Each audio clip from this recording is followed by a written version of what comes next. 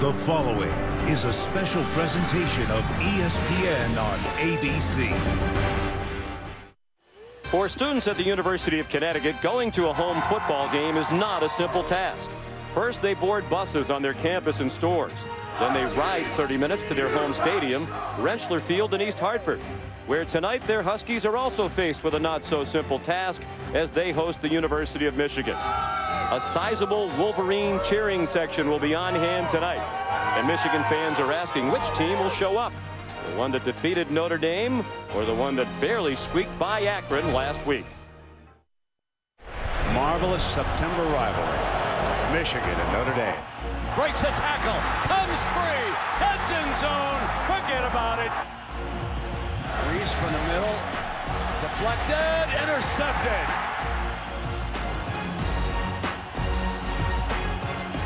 Fires, touchdown! Zips have the lead in the big house. Nobody lays a finger on him. Touchdown, Michigan. Pressure coming, pass in the end zone. Incomplete. Michigan survives.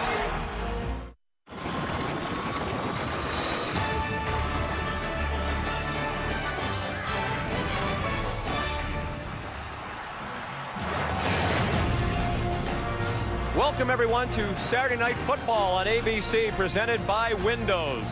Tonight, the largest crowd in the 10-year history of Rentschler Field is expected. Many of them will be cheering for the 15th-ranked Michigan Wolverines as they try to go to 4-0 with a win over the UConn Huskies, who are looking for their first win of the season.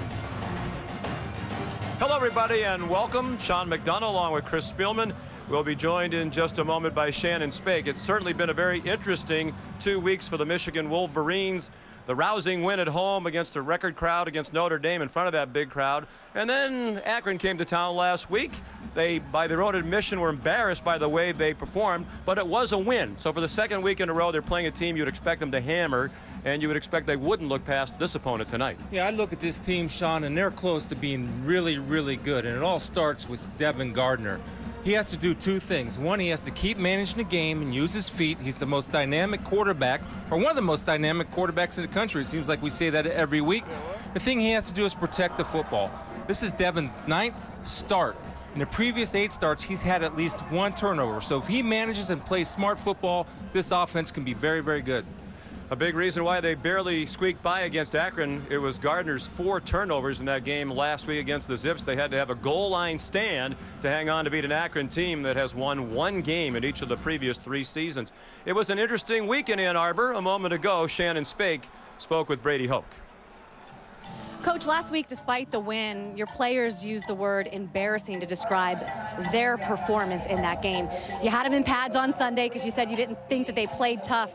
What have you seen out of them during the week that proves to you that they are going to play tough here tonight? Well, we had a really good week, and, you know, our goal is to improve every time we take the field, and we didn't do that last week. So we tried to make up for that on Sunday and had a good physical practice, and seniors have been great.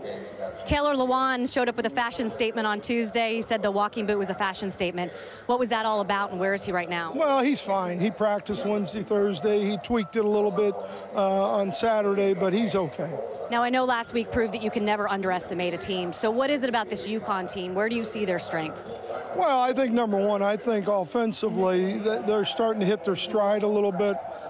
Defensively, they're big front. We've got to be able to run the ball. We got to prove that we can move people off the line of scrimmage. 38 first and second year players here for Michigan. Brady Hoke said maybe we should bring a nanny. That's a full-time job. That is a full-time job, believe me. Sean? And it is a concern for Brady. It's a young Michigan team, and this is their first road game of the season against the UConn team that's playing its 3rd home game of the year. The first 2 haven't gone well. They've lost to Towson and to Maryland. They're 0-2. And Chris, every week we go into meetings with coaches before the game. They talk about we have to run the ball and we have to stop the run, and UConn has done neither to this point in the year. Well, let's talk about how they can run the ball. First of all, they're 57.5 yards per game, ranked 122nd, second to last in all of college football. Lyle McCombs has to be the key. He's their stud running back. And in order for them to get yards, he has to be able to make people miss. He's been able to do that in the past, but so far this year, he's not. And the offensive line basically has to sustain blocks. They're coming off their blocks too fast, and defenders are rallying to tackle Lyle. Only Hawaii's had a harder time running the football this year. UConn hoping for a big win that will turn its season around. We'll have more from East Hartford in a moment. The Nissan pregame rush with John Saunders and Jesse Palmer is next after this message and a word from our ABC stations.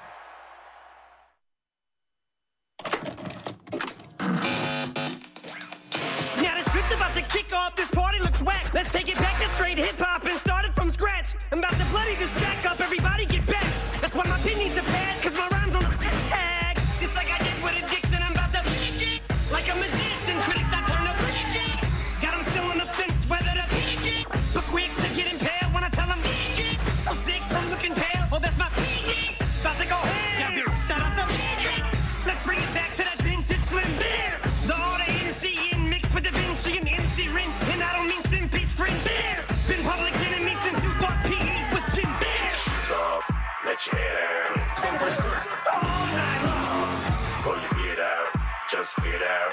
All night long. We're gonna rock this house until we knock it down. So turn the volume loud, cause it's been to the ears. So break the pace up like crazy. Let yourself go, let yourself go. Life's too short to not go for broke. Everybody.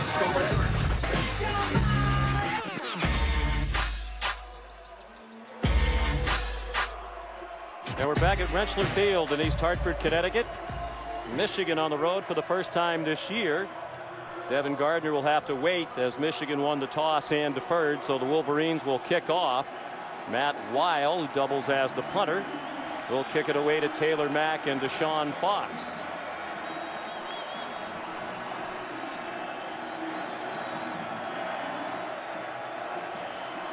Overflow crowd here. They added more than 2,000 bleacher seats to accommodate the interest, about 42,000 in-house. And the kickoff through the back of the end zone. A little bit of a breeze at the back of Michigan here in the first quarter. And here comes Connecticut. The offense struggling through the first 2 weeks of the season. Chandler Whitmer is their quarterback, junior from Noonan, Georgia. Second year as the starter. Averaging 278 yards per game. That's not a bad number, but they've been throwing it with great regularity because they haven't been able to run the football at all.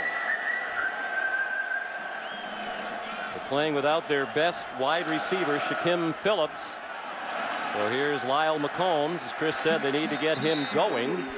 He's had success in the past, rushed for more than 1,100 yards 2 years ago, but very little doing in the running game so far this year. They got 3. Just across the 27-yard line.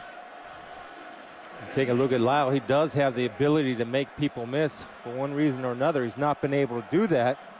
And a lot of it is timing, Sean, seeing holes, and he's not hitting the right holes, so he's not in sync with his offensive line, so there's zero rhythm in that running game. It is a veteran offensive line. Play action fake, and a man wide open, the tight end, Sean McQuillan. He's out to the 47-yard line. The 20-yard gain. Thomas Gordon made the tackle. Well, right here, you're going to isolate number 97, Brennan Byer.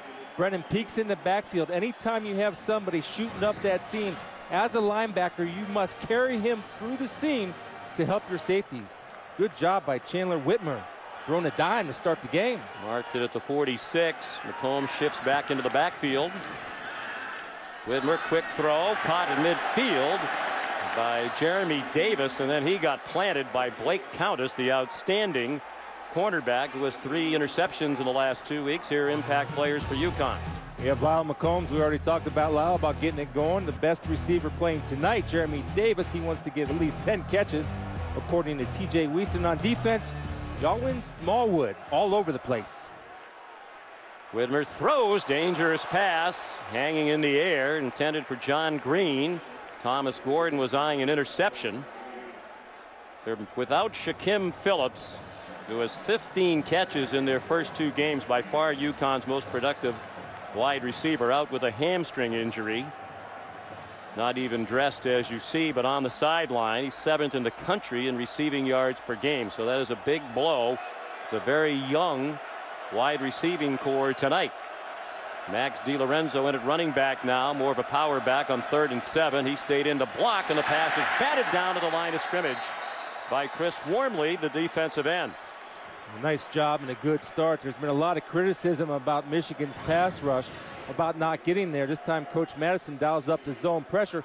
If you're not going to get there, you're able to recognize throwing lanes and be able to get your hands up, just like number 43 Wormley did. Outstanding effort and good recognition on hands up in the throwing lane. Well, Wagner on to punt. He's been very inconsistent this year, usually a pretty steady punter in his third year as the starter. Drew Dillio back deep. They came after it and almost got it. Line drive punt. Fair catch made at the 20 by Dillio. Just a 30-yard kick into the breeze. Pleasant night here in the capital of Connecticut. There is the chance of rain before the ball game is over, perhaps even heavy rain late in the game. Devin Gardner is the quarterback. As Chris said, making his 9th career start. He's their leading rusher. They've had a hard time getting the running game going with their running backs as well. In this offense now, Borges finally has the offense that he wants in. You want your running back to be the leading rusher, not your quarterback. It's more of a pro-style offense. They'll try to get Fitzgerald Toussaint going. And he's stacked up by an inspired UConn defense. Chris, the players we talked to yesterday for the Huskies believe they're a lot better than the 0-2 record. 5-7 each of the last 2 years. They thought they'd be better this year, perhaps a bowl team. And Paul Pasqualoni, who's on the hot seat now here in Connecticut, believes his team will perform better tonight. Well, and there's signs of that, Sean. If you watch your first 2 games on film, they do flash. They flash good things, but it's been a lack of consistency throughout those first 2 ball games that have cost them those games. They're one of the best rushing defenses in the country last year. They're one of the worst this year. Man open, Devin Funchess, and he's out of bounds at the Michigan 36. Chased out by Jefferson Ashiru. It's a 14-yard gain. Yeah, Ashiru is starting tonight for the first time, and it's a matchup that they exploit right away, knowing that there's a new starter in there, and they get a dynamic playmaker like Devin Funchess one-on-one. They'll look for that all night, and believe me, the UConn coaches, they respect Funchess. They love that kid. Well, they talked a lot about him, knew he was a big weapon they'd have to deal with tonight. Out of the pistol now, Gardner with Fitzgerald Toussaint behind him. Running room for Toussaint. He's to the 44. Good gain on first down. He got 8. Tymir Brown, the safety, made the tackle. And here are some impact players for the Wolverines. Well, Toussaint has to get it going, like you said, Sean. You don't want your quarterback as the leading rusher.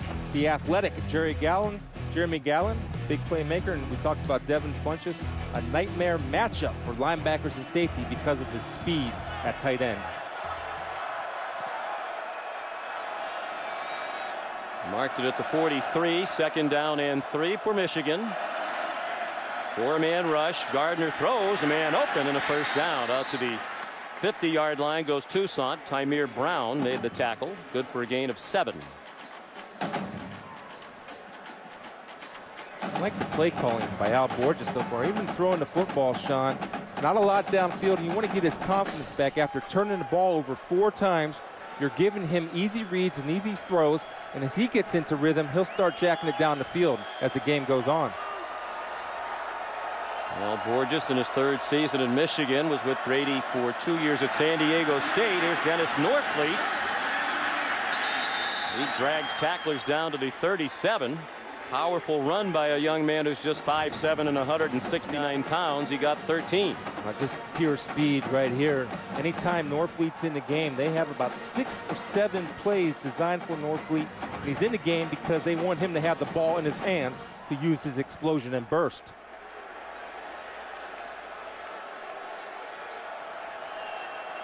First and 10, Wolverines on the move. Their first drive on the road this year. Toussaint running right inside the 35. Let's go back to the studio. Here's Robert Flores. All right, Sean, Taco Bell Liv Moss moment. LSU up on top of Auburn early, 14-0. Jeremy Hill has a couple of touchdown runs already, and it's 14-0 LSU in Death Valley.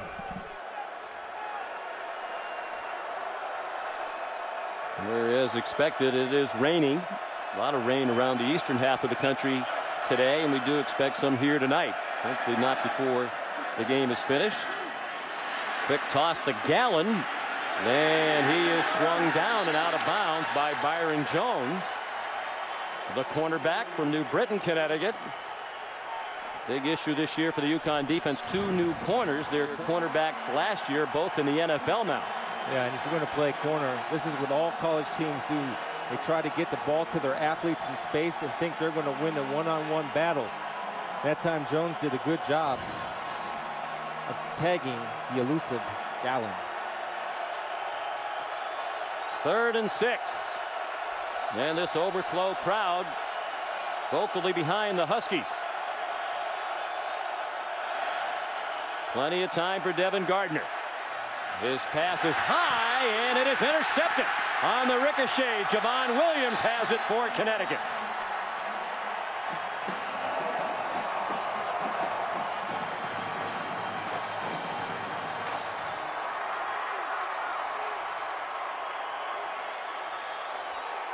Gardner had a lot of time. It was intended for his good friend Jeremy Gallen, but they did not connect. Then yet another turnover committed by Devin Gardner.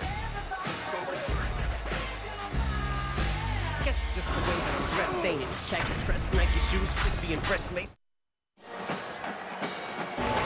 2 points on the throw. Jeremy Gallen's going to run and find a zone and sit down in the soft zone. You have good protection by the offensive line. Now, if you're a quarterback that struggled with turnovers, sometimes you're a little bit tight and you're not letting it loose. Right there, that's a ball that he has to deliver to the numbers because he had a clear throwing lane and it was about a 7-yard pass. And when you're struggling, Sean, that's 7 touchdowns and 7 interceptions in game 4. You see the numbers since he's become the starter the last 9 games. He's turned it over more than anybody in the country. Huskies off the takeaway, come out throwing. Deshaun Fox the catch. Joe Bolden made the tackle with Andre Pipkins. Good for a 6-yard completion from Chandler Whitmer. On the other hand, we should point out only Johnny Manziel's responsible for more touchdowns than Devin Gardner's 29. Entering today's action, Manziel's been responsible for 30, and as you saw in the highlights, he's added that total tonight. Hand off to McCombs, nothing doing on the run for UConn. Frank Clark made the tackle. This is where I think Michigan has improved, is that their defensive line is so athletic compared to, say, 2 years ago. And their movement, and they play low. And the other thing that they have, which they didn't have in the past, they have more depth at that position, so they're able to roll guys in there to keep them fresh. UConn just 29% for the year on 3rd down. That is 106th in the country. None of their stats are good. Whitmer hit as he throws, and he threw it away. Threw it in the direction of Jeremy Davis, but he was being blitzed. Ramon Taylor came on the blitz. Well, this is Greg Madison dialing up zone blitzes and confusing the UConn offensive line. Now that's a 3-step drop, so that's on Whitmer, the quarterback. He has hot reads off the blitz that he has to get rid of the football. If he doesn't get rid of the football, he's going to end up on his back like he did. He did a good job of throwing it away, though, to prevent a sack and a loss. There's Cole Wagner on to punt again. First punt went only 30 yards. Drew Dillio back for another line drive punt. Caught by Dillio at the 34 and well covered by UConn. Javon Williams, who had his first career interception a moment ago, the first man down there in punt coverage for the Huskies. No score midway through the first quarter in East Hartford, Connecticut. Saturday Night Football presented by Windows. Brought to you by Windows. Bud Light. It's the sure sign of a good time. Here we go. And Nissan, premier partner of the Heisman Trophy. Back at Rentschler Field, which opened in 2003. Prior to becoming a football stadium for the UConn Huskies, it was an airfield, and there's still a few runways, which some of the fans drive and park when they come into this stadium about 22 miles from the UConn campus in Stores. No score, 1st and 10, Michigan. Devin Gardner out of the pistol. Fitzgerald Toussaint stuffed behind the line of scrimmage by Angelo Pruitt, junior from Cincinnati, Ohio. Uncharacteristically of a Michigan offensive line, one of the struggles, according to Brady Hoke, is they are not moving anybody off the ball. It almost seems like they come in here with a purpose to line up an old school I formation or strong I and try to blow them back. UConn wants nothing to do with that. They're rising to the challenge. Look at that big gap between the center and guard. A lot of times that's an indicator of where they're going to run. Two veteran outstanding tackles. It's the interior of the offensive line that has occasionally struggled. Gallen the catch. Tripped up by Javon Williams at the 40, a yard short of the first down. 10-yard gain. Of course, in Taylor Lewan, the offensive captain, they have one of the best tackles in the country. Thought about coming out into the NFL draft at the end of last year, returned. And as Shannon mentioned, had a walking boot during the week, but Brady Hoke says he's fine. They have two tackles lined up. They brought Magnuson in, and they have Taylor Lewan playing tight end. Chances are they'll run that way. Gardner on a design rollout. First down and a lot of running room. And knocked out of bounds by Tymir Brown as he crossed midfield and went out of the UConn 46. 1st and 10 after a 14-yard gain. Well, you have a money down, so you give it to Devin Gardner and you give him a run pass option. If you take a look, he had Green downfield. No, excuse me, that was Funchess downfield, but he chose to play safe. And I wonder if that's because of the interception, Sean. He had a guy downfield where he could have dumped it wide open. And sometimes when you throw that interception, that creates hesitation to make a play. Toussaint alone back. Play action fake to him. Again, plenty of time. Gardner pulls it down. Crossed the line of scrimmage, and he's banged around after a 2-yard gain. Yawin Smallwood, the best player on this Connecticut defense, involved in the tackle with Tim Willman and Jesse Joseph. See, I'm seeing hesitation by Devin right now, and I think he's a little shell-shocked because of the interception. You're going to see off this all-22 look is that they're going to have wide receivers. You're going to have wide receivers running wide open. There's going to be an open receiver down here. Is the out route? That's open. That curl's open. Then you have a guy running deep middle post. His eyes are coming off the receivers downfield. He's making the decision to run because he's playing with hesitation. They empty the backfield on 2nd and 9. Set up a screen against the 3-man rush. J.U. Chesson, freshman. Second career catch. His first went 33 yards for a touchdown. That's good for a 6-yard gain. 5 minutes to go and a score this first quarter. It's 3rd and 2.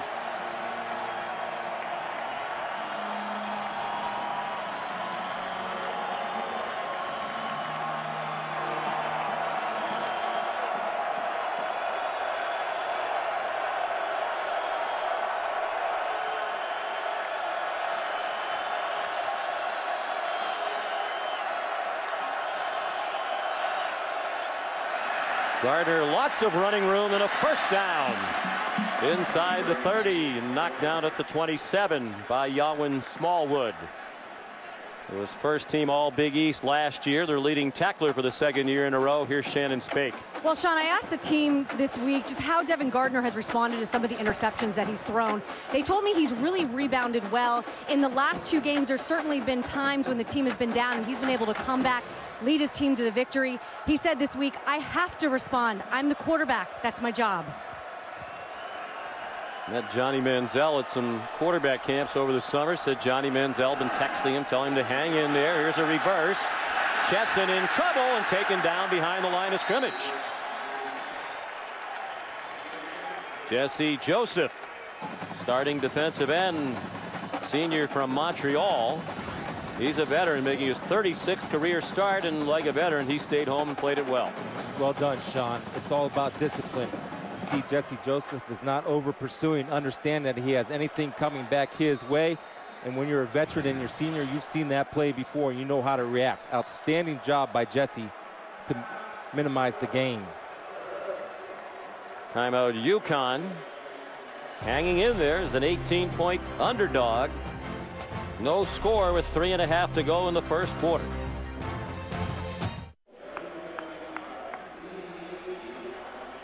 At home tonight, the Connecticut Huskies looking for just their 3rd win all time against a team ranked in the AP. Michigan number 15 this week. The most impressive win was against Louisville last year.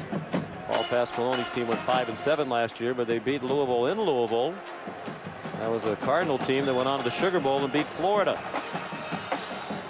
The other win was here against South Florida. These two teams met in 2010 in the season opener at the newly renovated Big House. At the time was the biggest crowd in the history of college football. Michigan won 30-10. Denard Robinson had a big game. 2nd down and 11.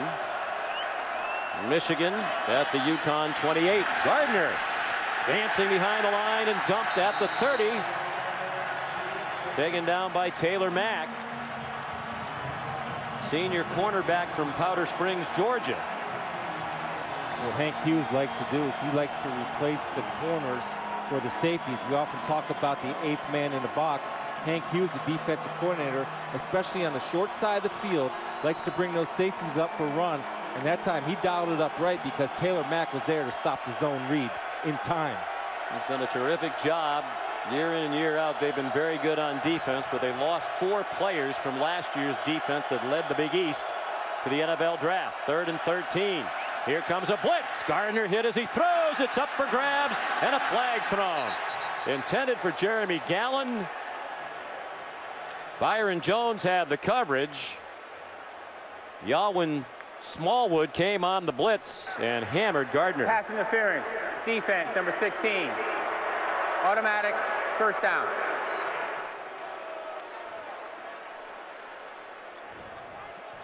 Sean, the blitz is late.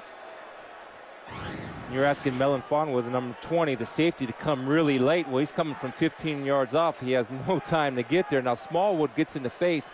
But what I like about the play is Devin Gardner's not afraid to make the tough throw even after the interception, and it pays off well. And when he gets in trouble, that's where he's going, his buddy, number 21, Gallon, because he'll go up and make that circus catch now and then. Ed Ardito is the referee.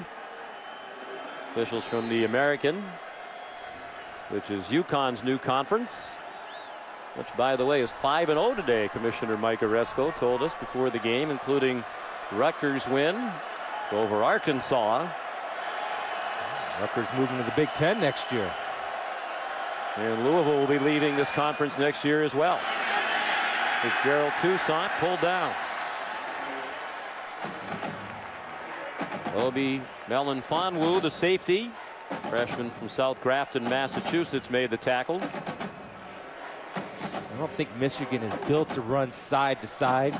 And you take a look at Toussaint over the time, he's an inside runner. He's small in stature, but he's a powerful inside runner, and that's where they got to get him going downhill, not sideline to sideline.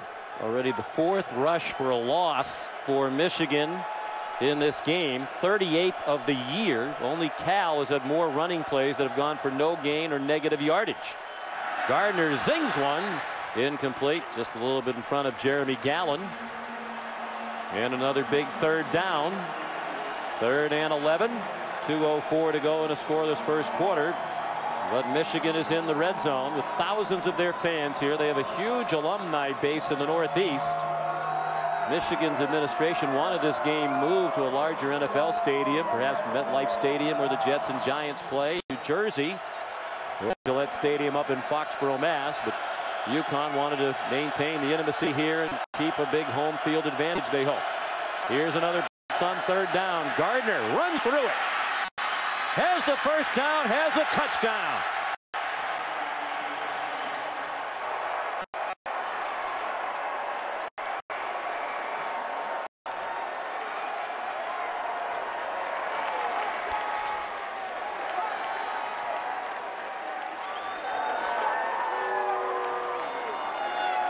"17 yards for Gardner." The pass interference penalty against Byron Jones, a big play on that drive. Here's Brendan Gibbons. If it was golf, you'd give it to him. He's made 114 in a row.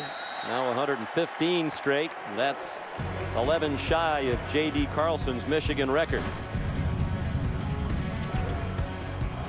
Devin Gardner, his 5th rushing touchdown of the season. 7-0 Wolverines.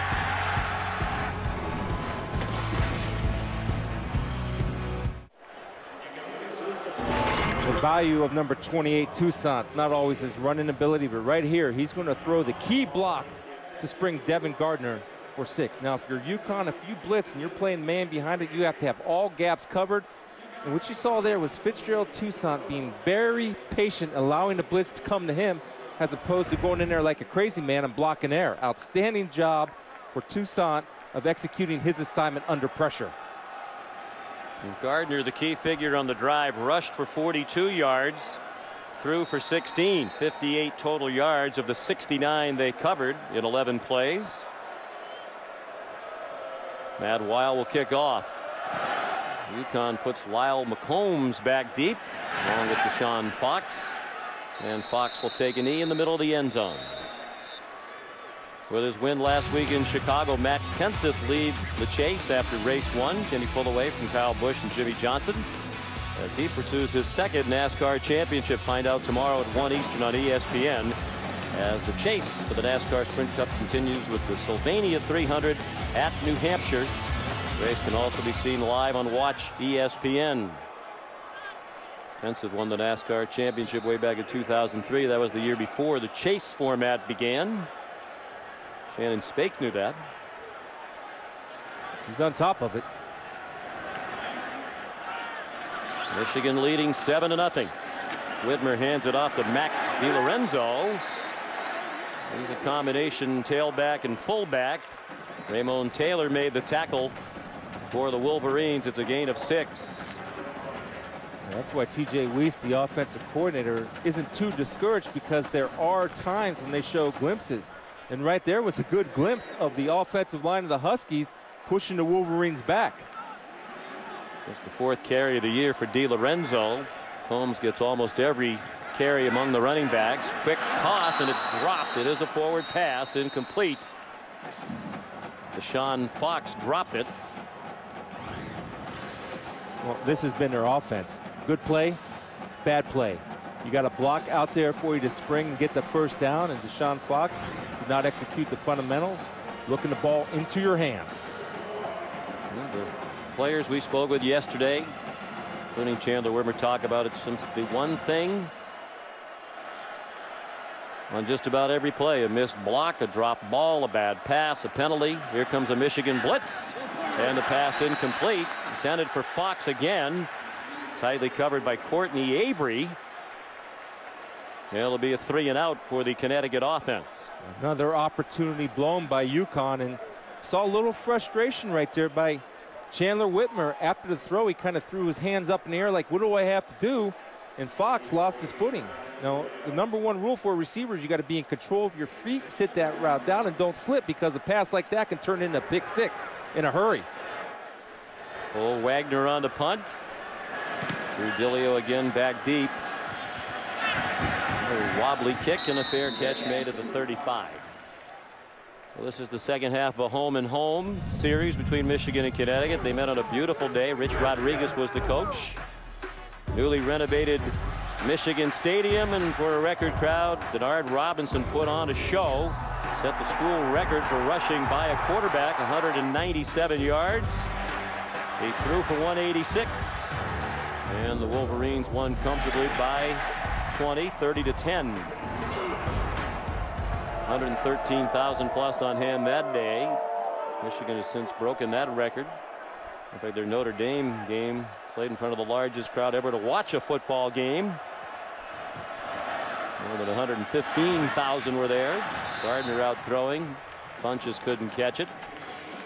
So even though for Rentschler Field this is going to be the biggest crowd ever, about 42,000, it's really just a little more than about a third of what the Wolverines are used to playing in front of when they're at home. Yeah, but they have a nice contingency that followed them here to Hartford, Connecticut.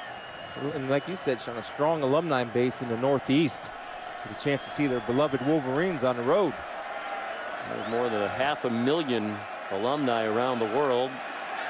Gardner pursued by Yawin Smallwood. He's in trouble. Probably should have gotten rid of it if he could have. And he's taken down by Tamir Brown.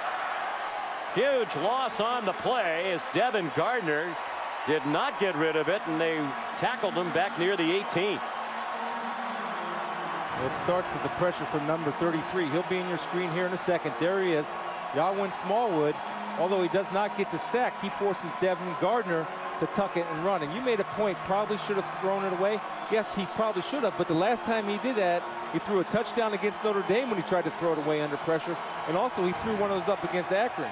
He threw an interception for a touchdown. Yeah, thank you. Awful play. One of the few things he did wrong in their win over the Irish. 3rd down and 26 after a loss of 16. A look out from behind. Gardner never saw Reuben Frank coming. And he got flattened back at the 15. Hank Hughes was waiting for Reuben Frank to come around, his best speed rusher off the edge. And look who he beats, the All-American and fine football player in Taylor Lewan. Reuben Frank just did a little stiff arm move like a running back and beat him with speed. Now, if you're UConn, you want to hope you get some type of field position. Officially, that is the first sack of the season for Connecticut. 7-0 Michigan after a quarter in East Hartford.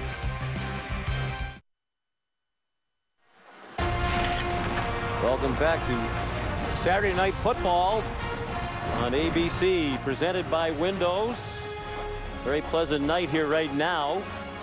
72 degrees, a little bit on the humid side. The breeze is kicked up ahead of a cold front that's approaching and is going to bring some rain here overnight. That wind is a factor because as they change ends for the second quarter, Michigan now heading into the wind, and Matt Weil will have to punt into the breeze. Junior from San Diego.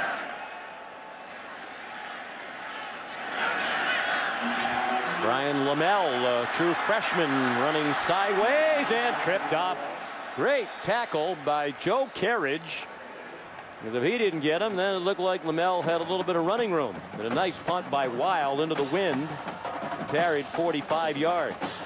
You're right. Sean Carriage does a good job of laying out and just getting the leg of Lamel, because there's a whole lot of green. As you can see, some Wolverine helmets on the ground on special teams. Carriage is a fullback for this Michigan team. Big problem for Michigan, and it has continued into tonight. Negative yardage plays. They've had 6 plays from scrimmage go for a loss. Chandler Whitmer. Looks like he's trying to set up a screen. Nobody there. They're also playing tonight without their starting right tackle, Kevin Friend, who's out with an ankle injury. He's a veteran, would have been his 27th career start. So Xavier Hemingway is playing right tackle, and he has struggled from time to time this year. They're also without Graham Stewart. We've mentioned Shaquem Phillips a couple of times. Stewart, a starting linebacker, has an ankle injury. Those are 3 of the best players on this team. And it's tough when you're 0-2 and playing Michigan. You really can't afford to be without your best players. Lyle McCombs up the middle for a couple, just shy of the 40-yard line. Just have nothing going. 0 rhythm. It doesn't help on the first play. You got a pretty good play called in a screen pass, but nobody's in the area to catch the screen. Mental errors. And again, what they're trying to do, TJ Weiss coming from Cincinnati, is trying to become a little bit of a spread offense and mix a little West Coast in. You got to identify yourself in which you want to be, then stick with it and get married to it. On 3rd and 7, Whitmer dancing around in the pocket. He'll be sacked. Back at the 36. Frank Clark again. Boy, it's a Michigan team that's had a lot of trouble rushing the passer. They didn't have a sack against Akron last week, and Greg Madison said, I'm going back to teaching fundamentals and technique, and apparently that work this week has paid off. Yeah, and the first thing he talked about, the first thing with pass rush is not a swim, not a rip, not a spin move, it's get off. And right there, Frank Clark had a great get off, and he tacked half a man and go right straight down his body so he can get the corner and the edge. Cole Wagner's punt with the win this time, and the fair catch made by Dillio at the 23. Early second quarter in East Hartford, Connecticut. Michigan leading 7-0. I'm Robert Flores with this studio update. Right now, Texas is leading Kansas State 10-0. David Ash to Kendall Sanders, 63 yards. End of the first quarter. You can see this game on ESPN3. Sean. All right, Robert, thank you. Major improvement so far in that game for the Texas defense. Coach Robinson in his second week as the guys playing. Texas's pride was challenged. Not surprised they're rising up to that challenge. On 1st and 10 for Michigan. Here's Fitzgerald Toussaint trying to turn the corner to the right. He's to the 30 and down in the field. Here's Shannon Spake. Well, Sean, Brady Hoke told me this week that he could tell by Devin Gardner's body language that he was responding from some of the mistakes that they made in the Akron game last weekend. And watching him on the sideline down here, he's extremely loose, you guys. He's got a smile on his face. He was even giving some high fives to the special teams. So it'll be interesting to see how that translates to this drive right now. Well, he might be coming across as extremely loose, but he's playing tight. High formation behind him on 2nd and 3. Toussaint just beyond the first down marker before he got driven back, and they'll move the chains.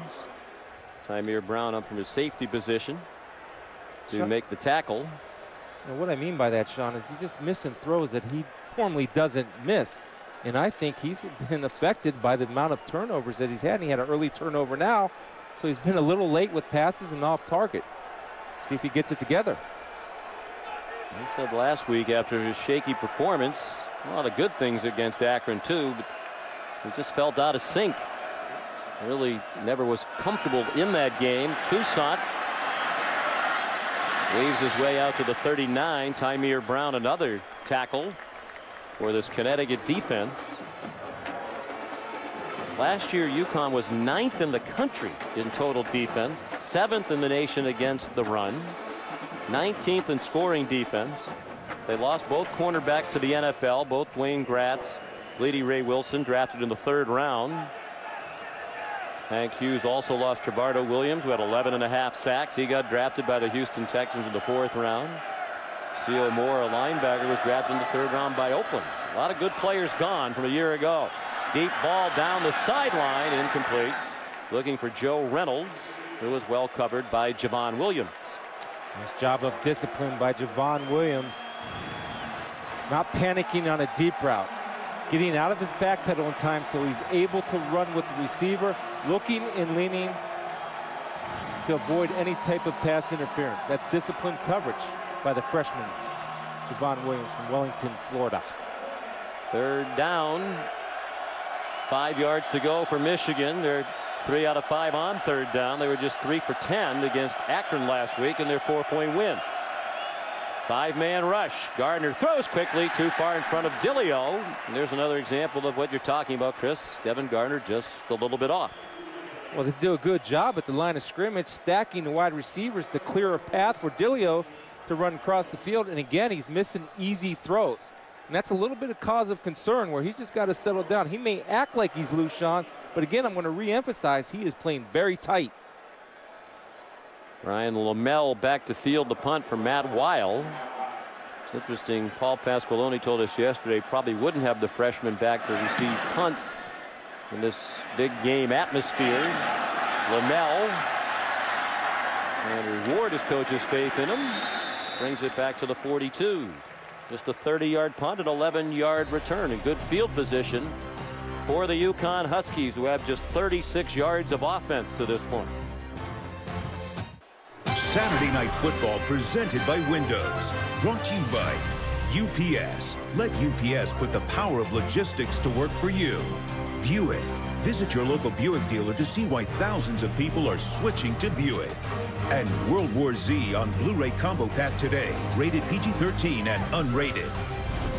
Game day tradition at UConn, the Husky Road Show. They provide transportation for students from the campus and stores here to Rentschler Field in East Hartford. Cost them $4 and a big student turnout tonight. They instituted that program to increase student attendance. Best starting field position for UConn, their own 41. Whitmer kicks, and that didn't fool anybody. Got belted down by Brennan Byer, the linebacker, formerly a defensive end, hence the number 97. Well, we talked about that trip. Aflac. Tonight's Aflac trivia question. Want to know which stadium is the greatest distance from its campus? Is it this from UConn's campus, Miami from Sun Life Stadium, or UCLA from the Rose Bowl? You enjoyed our trip to the very nice campus and stores yesterday. Yeah, I did. It's a beautiful place. This time he gave it to McCombs, and Lyle danced his way to the 46. Got 5. They'll need 5 more. They've had 3 straight 3-and-outs. UConn has had 1 first down in the game. And the bright side of that is at least they're in a manageable 3rd down. 3rd and 5 now. They have options. Paul Pasqualoni in his 3rd year here. Connecticut native from Cheshire, Connecticut. 5 and 7 each of the first 2 years. With the 0-2 start, many in this area believe he's on the hot seat. Whitmer's swing pass. McCombs slips down behind the line of scrimmage. Blake Countess was there anyway for Michigan. And that's 4 straight 3-and-outs for UConn on offense. Defense doing its part with less than 10 minutes to go in the first half. You know, in halftime adjustment is that both teams need to go check their cleats because a lot of guys are slipping out on that field. Cole Wagner on to punt again. His 5th punt already. Been a busy man this year. They came after him and they hit him, and the flag is thrown by the referee, Ed Ardito. Dillio fielded it, went out of bounds near the 16-yard line. It looked like it was Ben Gideon who hit the kicker. Ed Ardito indicating it's a 5-yard penalty, and it's 4th down and 7. And we'll see what Paul Pasqualoni wants to do.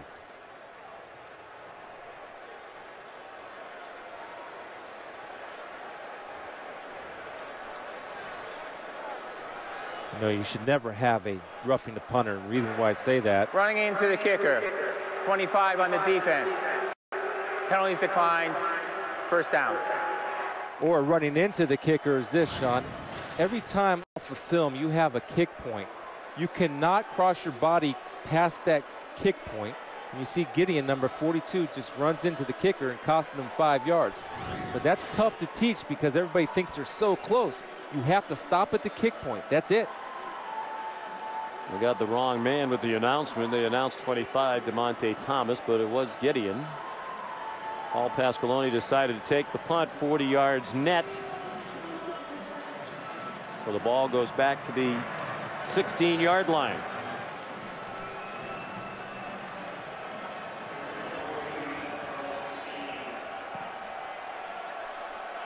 Kevin Gardner, 5 out of 10 passing. With 38 yards and an interception. He's run for the only touchdown in this game from 17 yards. Gerald Toussaint was on his left. He blocks for Gardner, who has running room to the right. Little stop and go and a first down out of bounds at the 30. To get in rhythm, when a quarterback is struggling and he can run, you let him run. And right there, Gardner does a good job avoiding Ryan Donahue, who had him in his sights, but the athleticism of Gardner creates something out of nothing. But that's how you get him in rhythm, get him to relax a little bit to get some positive yards to work on his head so he can get some confidence in that head. He had 3 rushes last week against Akron that went for 30 yards or more. Toussaint up the middle. Michigan's running backs for the season averaging just 3.7 yards per carry. Both of these teams have had difficulty getting the run game going from the running backs. In the case of Michigan, their quarterback's been a good runner. There's Derek Green, the true freshman. He may get more time as the season goes along. Highly recruited out of Richmond, Virginia. Let's talk to some people who came in a little out of shape. Maybe he's just starting to get into game shape where he can get some game reps. Gardner kept it. They couldn't tackle him when they had their chance, and he makes them pay. Flag thrown back toward the line of scrimmage. Jefferson Ashiru made the tackle. 11-yard run of it stands. Holding. Offense. Number 87. 10-yard penalty. Second down. Devin Funchess, the tight end. That's the first penalty against Michigan that's been accepted by UConn. Here's number 32, Ashiru, coming off the edge. And what UConn's doing is they have no regard for the pass. They have no free safety help. They're selling out on the run because they're seeing what we're seeing, is that Devin's struggling throwing the ball down the field, so they're going to say, okay, we're going to sell out a run and try to take his legs away. It's a good job by Hank Hughes of making adjustments according to how the game is going. I like the way he's calling the defenses, Chris. They've been aggressive, bringing 5 men with regularity. A few times they paid for it as Gardner's run by them. Only a 3-man rush on 3rd and long, and Gallen couldn't catch the short throw. Traffic at 3rd and long was actually 2nd and long. Now it's 3rd down and 16. Right then there, I mean, I know we keep going to it, but these are throws that he's normally making, and you want to get the ball in Gallen's hands because his ability to run after catch, but he's having to work too hard to catch a football.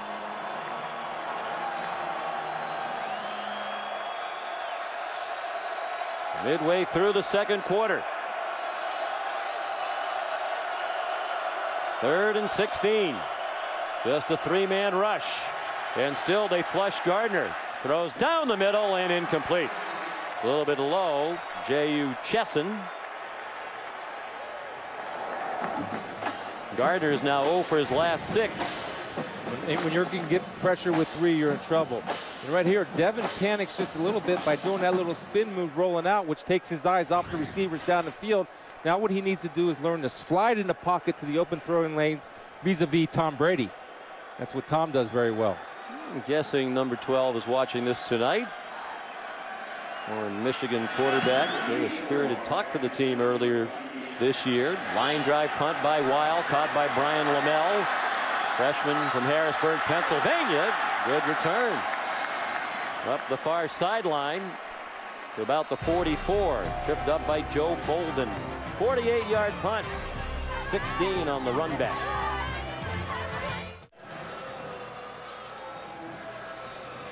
Time to answer tonight's Aflac trivia question. Did the Duck get all silent on us there? I was waiting for a little help from the Duck. He's still in rehab. Yes. You want to know which stadium is the greatest distance from its campus, and the answer is this one. Rentschler Field, 22 miles away from the campus and stores. UCLA campus, Westwood, about 17 miles from the Rose Bowl. On 1st down for Connecticut. Chandler Whitmer, the ball carry, got a half a yard, and that's it. Joe Bolden made the tackle. It is a record crowd here tonight. 42,704. We mentioned they've added more than 2,000 seats for this game. Michigan got about 5,000 tickets. They sold all of those, and a lot of their alums managed to find tickets elsewhere. It's tough to run that play when Chandler has rushed for negative 204 yards in his career as a quarterback here at Connecticut. He's not really a running quarterback. He throws. That's on target. And it's their 2nd first down of the game. Jeremy Davis, junior from Lawrenceville, Georgia, to the 39 of Michigan. Tackled by Courtney Avery. Thomas Gordon also there, a 16-yard gain. Well, it's a skinny post run on timing, and that's what Chandler can do. I was watching film with him yesterday. They felt they could exploit that area of the secondary of Michigan. And when you're on time and on target, you give him time, he can deliver dimes. Martin Hippolyte, a 5th-year senior's committed running back. The tailback in the eye behind Matt Walsh, the fullback. They don't play with a fullback often. Whitmer going deep, single coverage, man out there, diving catch, and it is a touchdown for Jeremy Davis.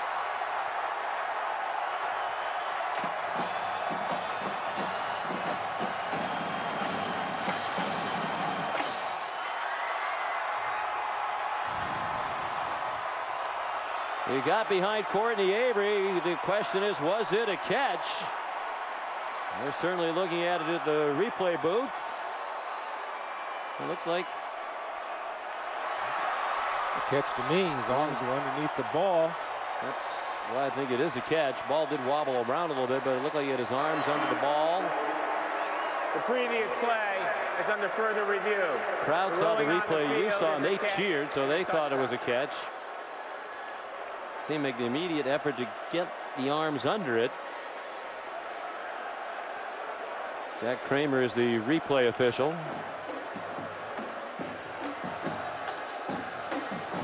It's a little iffy there from that angle, but I do think that right forearm came underneath the football, and he was able to complete the catch after the body roll into the end zone. Well, this is obviously a huge replay review.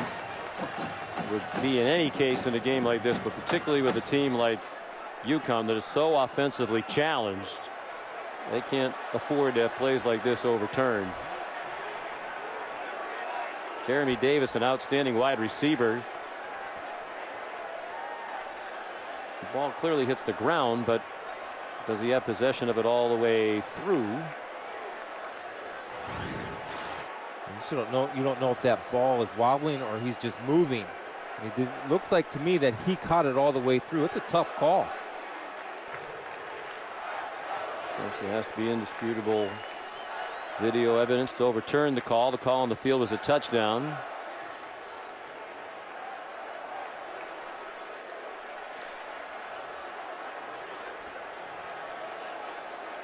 Talked to TJ Weiss, the offensive coordinator. He thinks both Jeremy Davis and Shaquem Phillips, who's injured and not playing tonight, are wide receivers who have NFL type ability.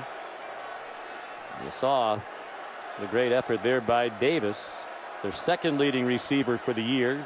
10 catches in the first 2 games, 5 in each of the losses to Towson, which was a stunning way to start the year. They lost by more than 2 touchdowns here at home to a team out of the FCS, and then they lost to Maryland last week. And Randy Edsall's return, the former UConn coach, left to go to Maryland after they lost to Oklahoma in the Fiesta Bowl 2011. Here's the ruling. After review, the receiver did not maintain control of the ball when he hit the ground. Therefore, it's an incomplete pass. It'll be second down.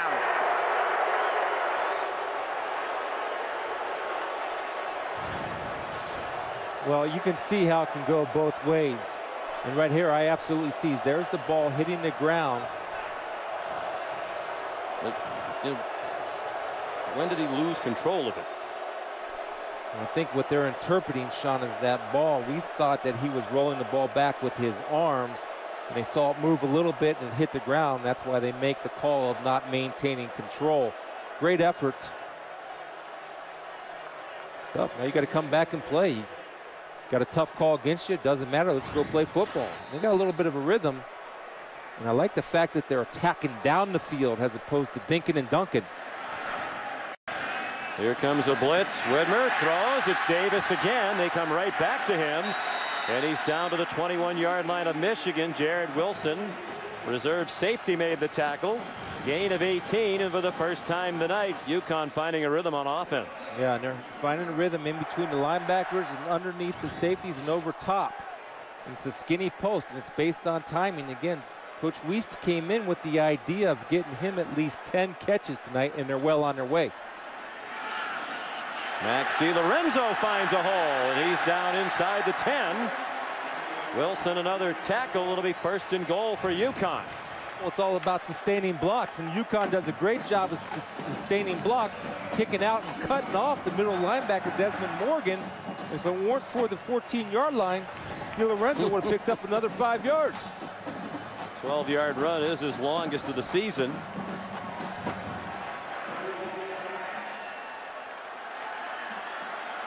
After the touchdown taken down on the replay review, we should mention it is replay officials from the American, which is UConn's league, in that booth, so give them credit.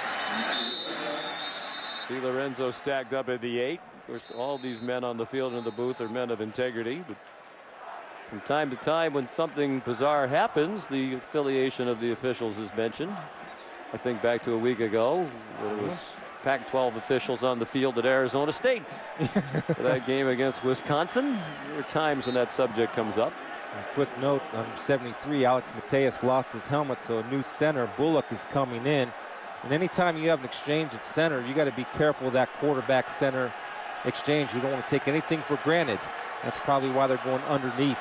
There it is, fumble. And they got it back. I knew it. That's coming. That's something you never take for granted. It's almost worth taking that timeout, Sean, to get your center back into the game. It's that vital of position. Right there, the snap is a little bit low. And you're not used to it because each center has their own rhythm on the snap. And Chandler wasn't used to that snap and the fumble. Loose center, problems. Now this one will be good. 3rd and goal from just outside the 10. Whitmer throws, end zone, caught, touchdown. Spencer Parker, the backup tight end, with his first catch of his senior season.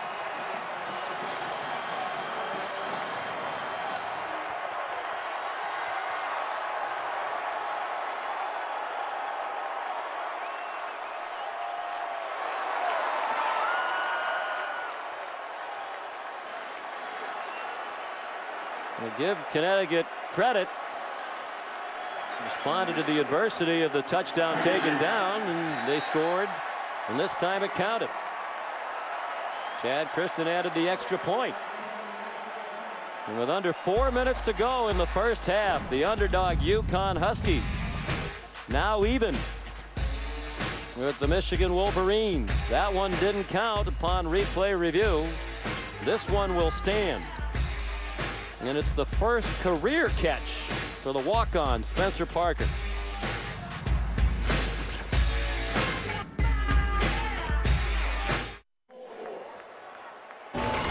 UConn has 3 receivers aligned to the right. Now, take a look at the linebacker and count this. This is the number 3 receiver. The rule is anytime he's up to seam, you have to carry him all the way through. It turns in to man-to-man coverage. And Joe Bolden does not carry him, or Countess doesn't carry him. That's a miscommunication, and it's a good read by Chandler Whitmer to find Spencer Parker in the end zone because number 3 receiver was not carried through the seam to the safeties and turned into man-to-man coverage. So it's a common rule, and it needs to be executed under pressure, and it wasn't. What a story Parker is. Came here as a walk-on, transferred from LaSalle College in Massachusetts, where he was a volleyball player. He was an all-conference volleyball player in 2010. 2011, he walked onto the football team here. Earned a letter for the first time last year as a special teams player. Now he has a catch. Senior from Newington, Connecticut. Christian's kickoff. They didn't try to run it out. Dennis Norfleet elected to watch it go. Here's the Pacific Life game summary.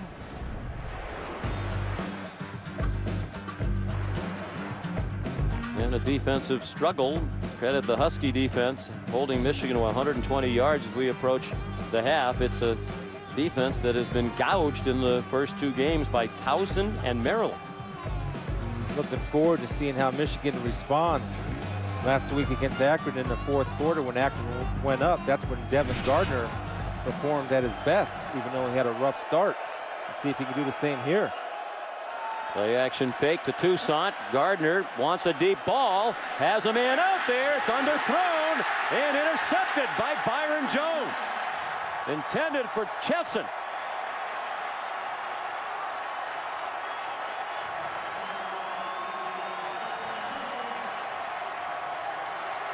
No, I'm not putting that one on Devin Gardner. You can't play scared. You've got to be willing to go ahead and throw the ball up for the jump ball. And you got to trust that your 6'4" wide receiver is going to out-jump the 5'10" corner. He does not. And great ball skills by Byron Jones. Excellent position and discipline. That's twice he showed sound discipline in his coverage. And this time he comes up with the interception as opposed to the PBU, pass breakup. Second interception of the night. Thrown by Gardner's, now thrown more interceptions than touchdown passes this year. UConn ball, and the pass off the hands of McCombs and almost intercepted on the ricochet by Mario Jamudia. He had a little play set up there too. He threw the fastball, and I think the catcher was calling for the changeup on the screen. That's a tough catch. You want to lead him a little bit so he can catch it in stride. He waste time gathering his feet. First interception of the year for Byron Jones, 4th of his career. He's giving UConn the ball back. Deshaun Fox some running room to the far side of the field, and he has the first down. Just across the 35-yard line, an 11-yard gain. 3.5 minutes to go till the half, and 2 timeouts left for UConn, all 3 for Michigan. Well, one way to get your running game going is getting the receivers downfield blocking. And they do a good job. The freshman John Green, number 7, clears the corner for Fox. And without Shaquem Phillips at wide receiver tonight, it's Jeremy Davis, Sean Fox, and a bunch of freshmen for Connecticut. Lyle McCombs stays on his feet. Out of bounds near the 50-yard line. Raymond Taylor managed to get him across the boundary. They'll mark it at the Michigan 49. And a 16-yard gain for Connecticut. And this is what was missing from the UConn running game. Number 43, McCombs, making people miss on his own. Right there, not only did he make 1 miss, he made 2 miss. And then he'll get in a rhythm and get a little bit more confidence with a little spin move. Not a big guy, just 5'8". He admitted that might be generous. 175 pounds. Whitmer threw to the feet of McQuillan with Frank Clark out there.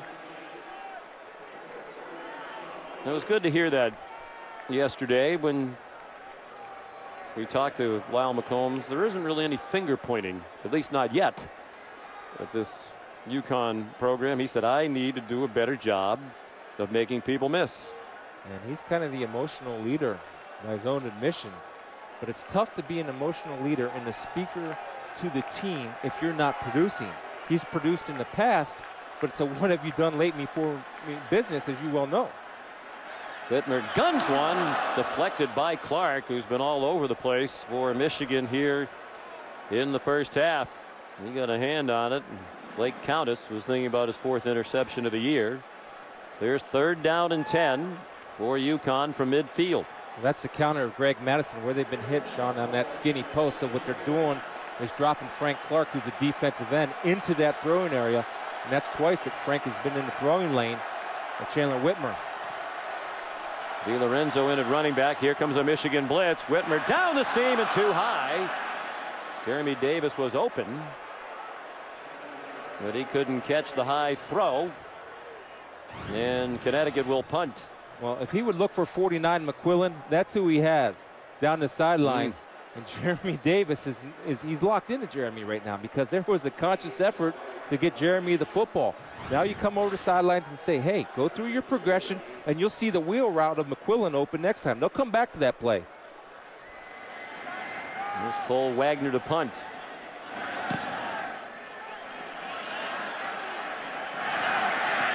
And it takes the UConn bounce. It hits a Michigan player.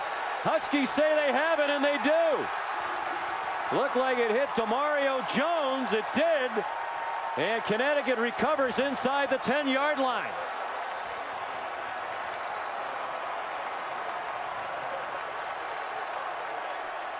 Obi Melifonwu came up with it. 3rd turnover of the night by Brady Hope's Wolverines. And this is a big one. Yeah, it's all about fundamentals. Right there, the Michigan pass blockers, or the punt return blockers do not see Dilio, and he didn't give him a signal. If you're not going to catch the football, you have to be smart and go like a wild man, poison, poison, poison, to avoid that circumstance right there. Well, realistically, if UConn was to have a chance tonight, they needed help from the Michigan Wolverines, and the Wolverines are giving them that help. Michigan, for the 2nd week in a row, struggling against the team you would expect them to handle with ease. Last week at home, needed a goal line stand in the final seconds to beat Akron, a team that's lost 27 straight road games and had 1 win in each of the previous 3 seasons. And here's UConn. When you look at the stats, Chris, you can make the argument to this point in the season, they've been the worst team in the country. Yeah. I mean, their stats are awful in every single area. But here they are now, poised to take the lead right before the half. Well, and their defense is keeping them in this game.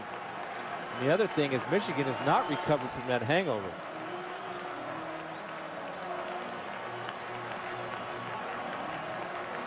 Connecticut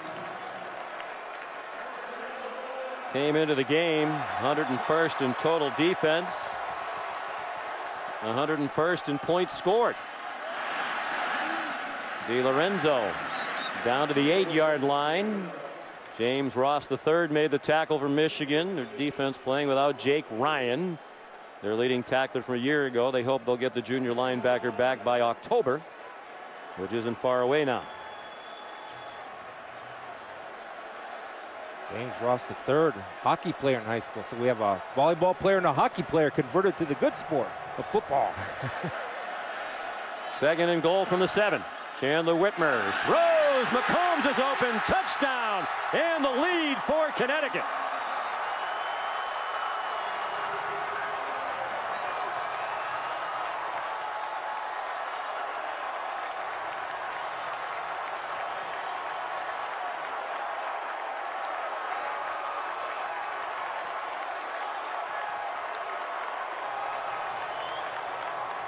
The officials are conferring about something. We didn't see a flag on the field.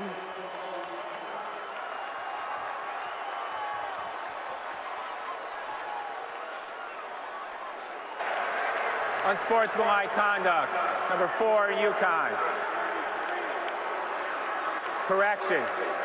The foul is on number 43. The penalty will be assessed on the kickoff. Touchdown is good. And McCombs, the touchdown. First receiving touchdown of the year, second overall.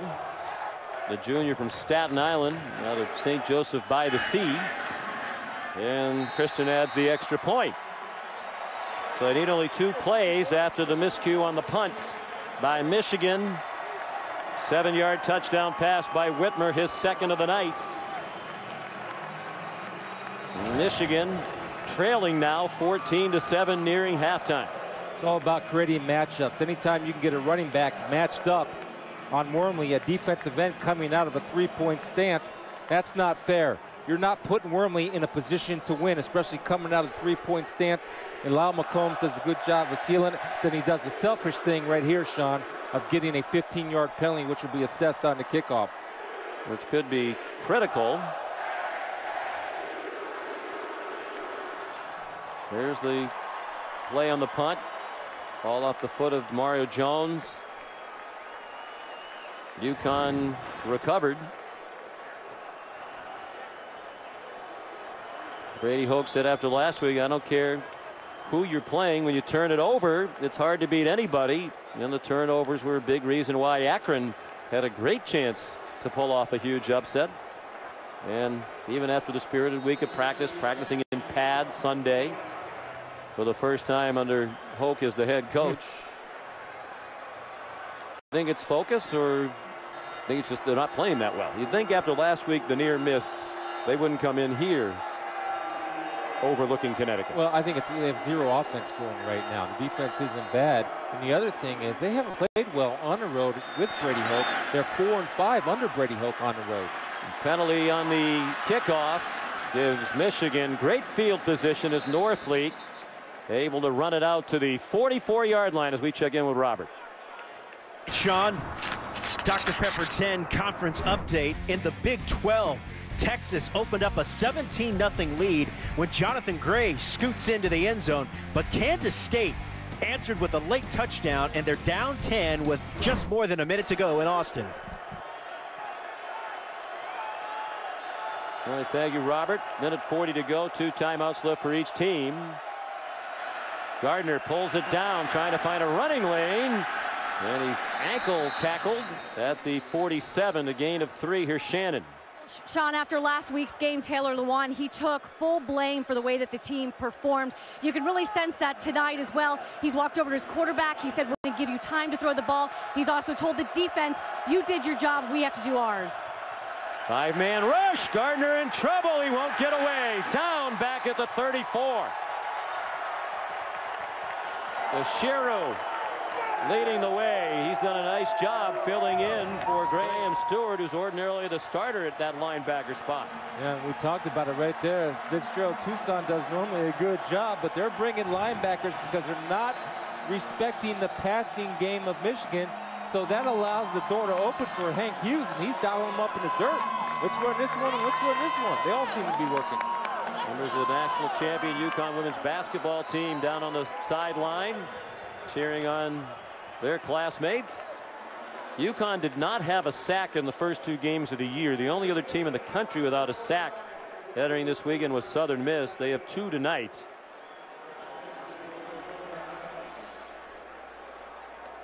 Timeout called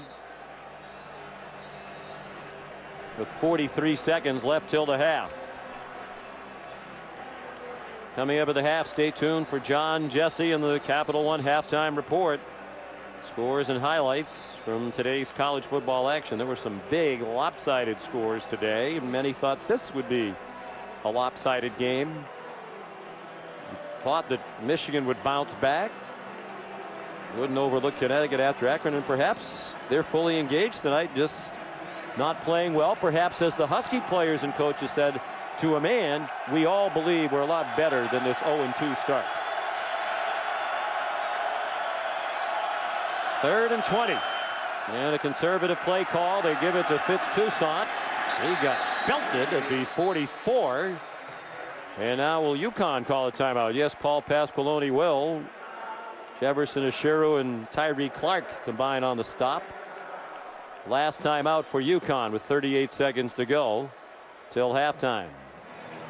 Tomorrow night on ESPN, Sunday Night Baseball, Carlos Beltran and the St. Louis Cardinals trying to stay atop that tight NL Central as they take on the Milwaukee Brewers tomorrow night at 8. ESPN Sunday Night Baseball presented by Taco Bell, also live on Watch ESPN.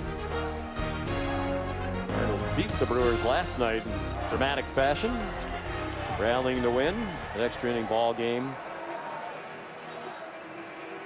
You know, Sean, if I'm UConn right here, I'm going to set up my return. And the only reason why I'm not going for the block and trying to set up the return is because we've both witnessed some holes opened up on that return.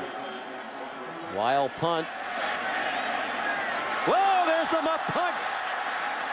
It's Lamel muffing it.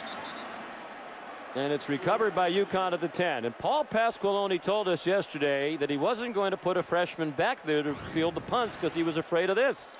He's had Lamel back there. He had a nice return last time, but very nearly made a critical mistake. Javon Williams in the right spot, as he has been a few times tonight for UConn. Well, he was going to put number 29, the senior Taylor Mack, back there for the sure hands, but Lamel has flashed a little bit.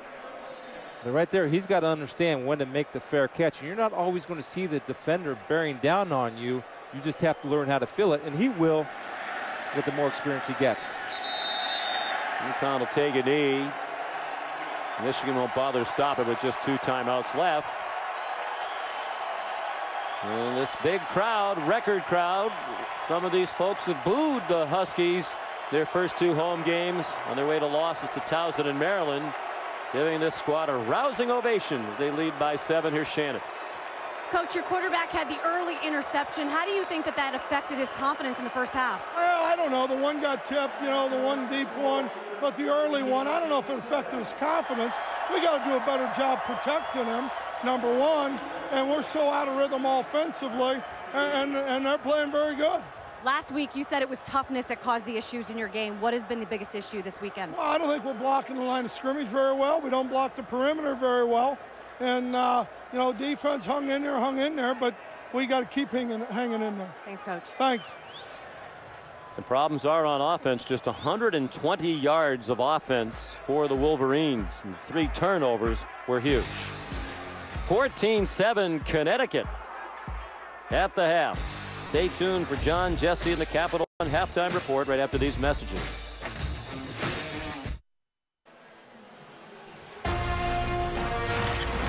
Welcome back to Saturday Night Football, presented by Windows on ABC. From Rentschler Field in East Hartford, Connecticut, record crowd on hand to watch Michigan and UConn. And a surprise at the half. It's 14-7. Connecticut with the lead. Brady Hoke trying to get his quarterback Devin Gardner fired up. Just 120 yards of offense in that first half for Michigan. Well, I think the approach that Brady Hoke took at halftime, and one that I would take, is I'd get in the face of all my offensive linemen. We're not opening up holes on the run. We're not protecting. Probably got a little aggressive with them. Now, when I go to a fragile quarterback, and Devin Gardner's fragile right now, I tell him, look, you can play. Stop aiming the football and just sling the rock and play catch like you've done in the past. Just relax, bring us back like you brought us back last week, and all will be good. Very little rhythm on offense for Michigan. Gardner threw 2 interceptions. He's now thrown 8 for the year and only 7 touchdown passes. He's 0 for his last 7 as we head to the second half. Will be Michigan ball to begin the second half. Chandler Whitmer threw 2 touchdown passes, only 8 out of 19 for a lot of the half. They were stagnant on offense, but seemed to find a little rhythm. Late in the half, they were helped by 3 Michigan turnovers, the 2 interceptions thrown by Gardner, and the miscue on the punt that gave UConn the ball inside the 10-yard line. They punched it in. 3-5 under Brady Hoke when trailing at the half. They're 4-5 in true road games. Of course, Brady Hoke's undefeated in 2+ seasons in Michigan Stadium, 17-0, but the road record below 500. Chad Kristen kicks off through the back of the end zone. Here's a look at our Pacific Life game summary.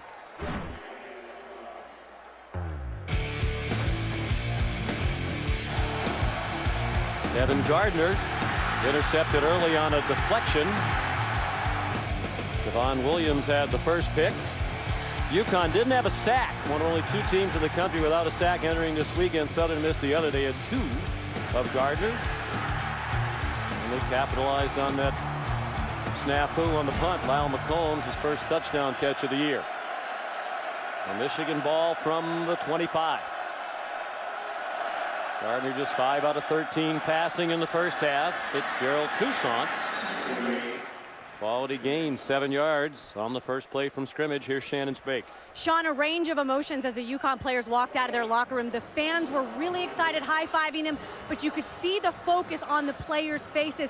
Paul Pasqualoni told me, he told his guys there are no moral victories. Anything but a win is not acceptable, but they're up for a challenge. Taylor Lewan just looked at me and said, our boys are ready to play now. Trying to get the running game going with somebody other than Gardner. And Toussaint just shy of the first down. He had 37 yards rushing on 10 carries. And that's right on the average for the year for Michigan running backs, 3.7 per carry. Not good enough. No, it's not, but it looks to me like they got together at halftime and said, look, if we're going to win this game, we're going to win it up front. We've got to get better up front. We're going to challenge them right there. They want to get Fitzgerald Toussaint in the ball game and not count on Gardner to be the leading rusher. They're 0 for the last 5 on 3rd down. And 3 for 8 for the game. Gardner pinballed around. The ball's out. Picked up by UConn's Tymere Brown. He's going to score. Touchdown, Connecticut.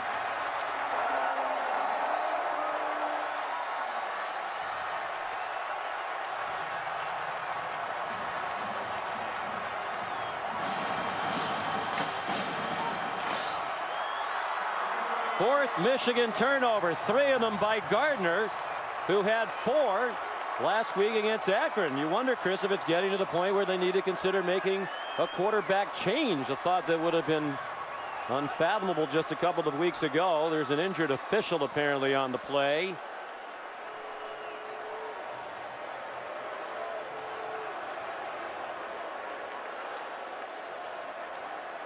I think the side judge, Mark Wyndham, was injured on that play.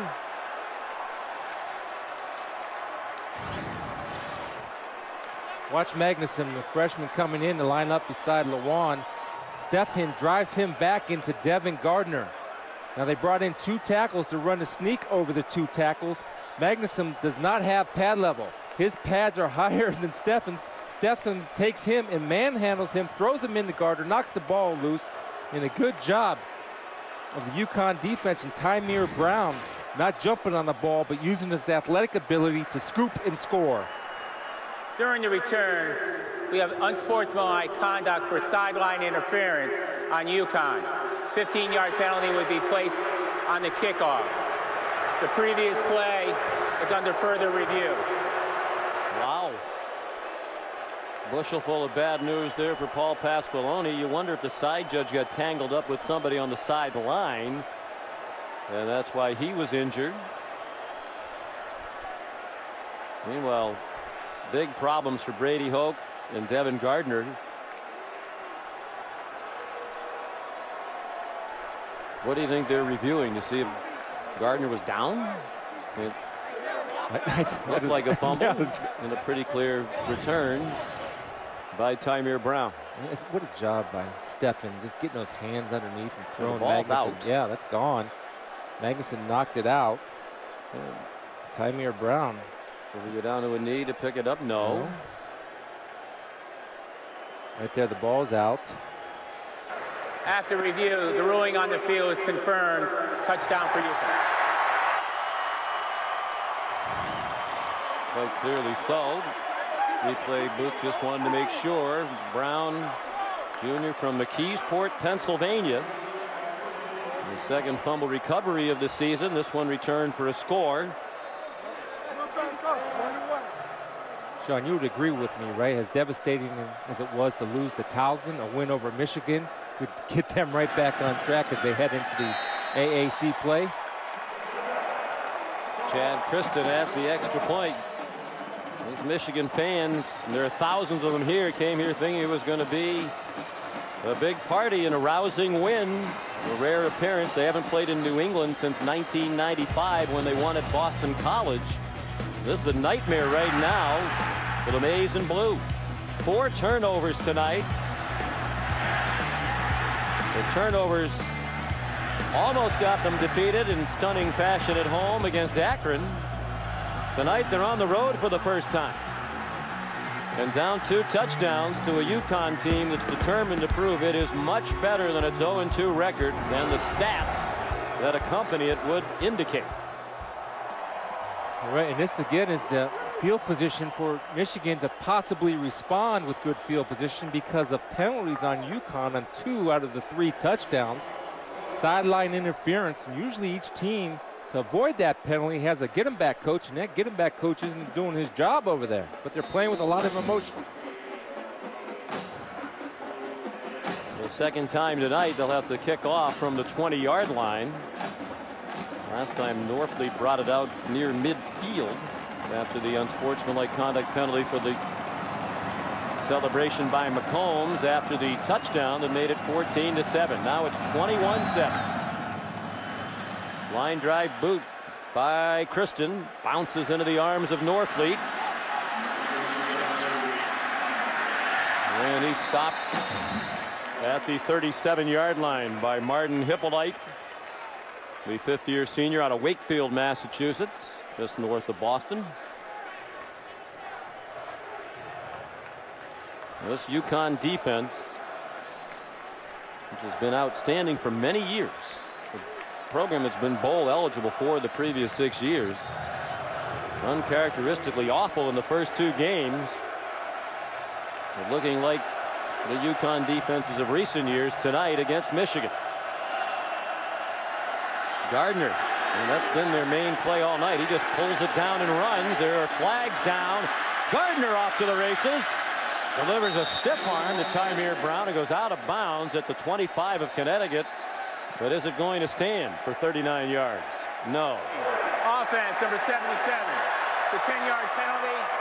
First down. The All-American team captain, Taylor Lewan, guilty of the hold. So take a look at Taylor right here. See where the hold does come. Now he's got him inside, hooked. It's okay to get your hands inside, but you cannot pull that jersey from the neck. That's kind of a reverse horse collar block. The self-inflicted wounds by Michigan continue to haunt them. Well, Shannon said, Lewan said after that game at the press conference, last week's performance was embarrassing, product of a lack of attention and focus in the week leading up to the game. He assured Michigan fans it wouldn't happen again. Deep handoff to Tucson. In trouble. Man down. Angelo Pruitt got enough of him to get Tucson down on a knee back at the 21-yard line. Another lost yardage play, the 8th of the night for Michigan. Yeah, and then also Cam Penny does a good job of penetrating, not getting knocked off, forcing Tucson to run outside and run a hump. Remember, he's not a speed guy that can run side to side, and Angelo Pruitt's there to clean up. And they're playing with emotion and fire. Hank Hughes has got to be proud on those sidelines. 2nd and 25. Big screen down right here from Michigan. Pressure from behind, a throwback screen. You called it, Chris. Toussaint got a block from Lewan, but it didn't help. No gain on the play. Shamar Steffen, the senior from Brookville, New York. Standout on that Husky defense. Their leading tackler among the D linemen. This crowd is fully engaged. Hard to believe they were booing the team almost off the field. With a lot of empty seats in the second half of those games against Towson and Maryland. A lot of times teams play lip service when they say we have to take care of business. We got to block out all the distractions. UConn has done that with the support of their fans.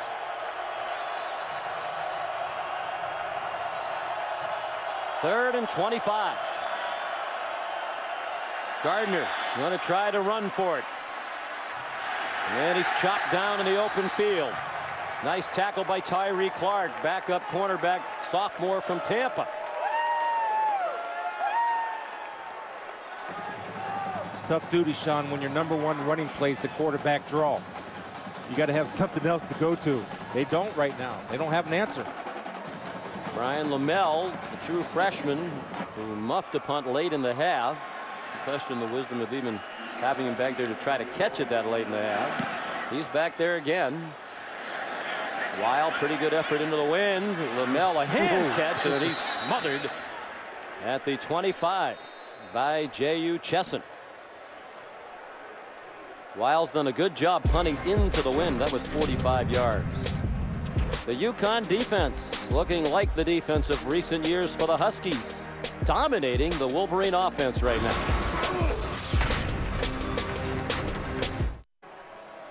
Tomorrow morning, get your NFL Sunday started off on the right foot at 10 Eastern time on ESPN. Sunday NFL Countdown with Chris Berman and the gang. The latest news and updates from around the league. Before you set your lineups, catch fantasy football now at 11 a.m. on ESPN2.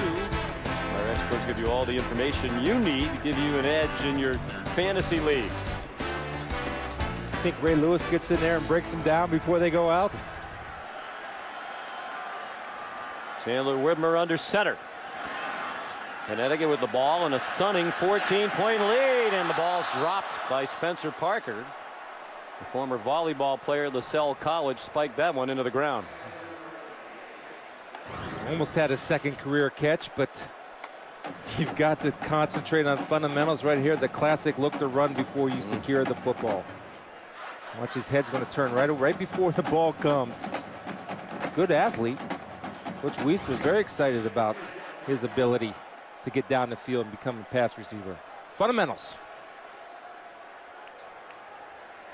2nd and 10. Max DiLorenzo got belted by the Michigan defense led by James Ross III. Desmond Morgan, fellow linebacker in there. Morgan, the leading tackler for Michigan for the year, entering tonight's action. 3rd down and 9. And that was a big drop on 1st down. Chance on this possession for UConn right away to keep the momentum going. Here's where they like to go with Jeremy Green down here to the single receiver side on a skinny post. Here comes the blitz. He throws to the far side and incomplete. John Green, the freshman, the intended receiver. That was a big drop by Parker. And a 3 and out. Cole Wagner comes in to punt. Wonder if they'll come after him again. They've come close a couple of times. I don't know if you get shy if you get a roughing the kicker or running in the kicker penalty. Sometimes you get shy. They have a chance for some type of field position. Wind is at Wagner's back. Drew Dillio back for it.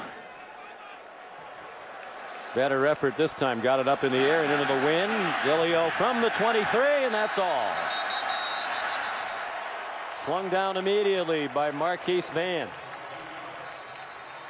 7th punt by Wagner goes 50 yards, and it's perfectly covered. 10 minutes to go, 3rd quarter, and a big surprise. Saturday Night Football presented by Windows. Brought to you by Pacific Life. For insurance, annuities, and investments, choose Pacific Life. The power to help you succeed. Ford. Only Ford gives you EcoBoost fuel economy and a whole lot more. And Axe. Girls are getting hotter. Keep your cool with new Axe Black Chill. I mentioned Rentschler Field sits on what was once Rentschler Field and Airfield. Originally a military facility, then it was a private corporate airport named for Frederick Rentschler, who founded the aircraft arm of Pratt & Whitney. They gave 75 acres to the state of Connecticut to build this stadium as UConn moved up to the top level of college football. Fitzgerald Tucson on 1st and 10. 10th possession of the night for Michigan. All of them have begun in their own territory. Shamar Stephan made the tackle. I guess the question now that many might be asking, there's a long way to go, Chris, but this is second week in a row Michigan struggled against a team that you would not have expected them to struggle against. How good are they? They moved up to number 11 in the country after the win over Notre Dame, dropped back to 15 even after they beat Akron last week. Some of the pollsters had some questions. They'll have more after tonight, almost certainly, regardless of the outcome. Dillio the catch. Good throw by Gardner to the 43 and a first down. Well, the answer to your question is they're very good on defense. They're athletic.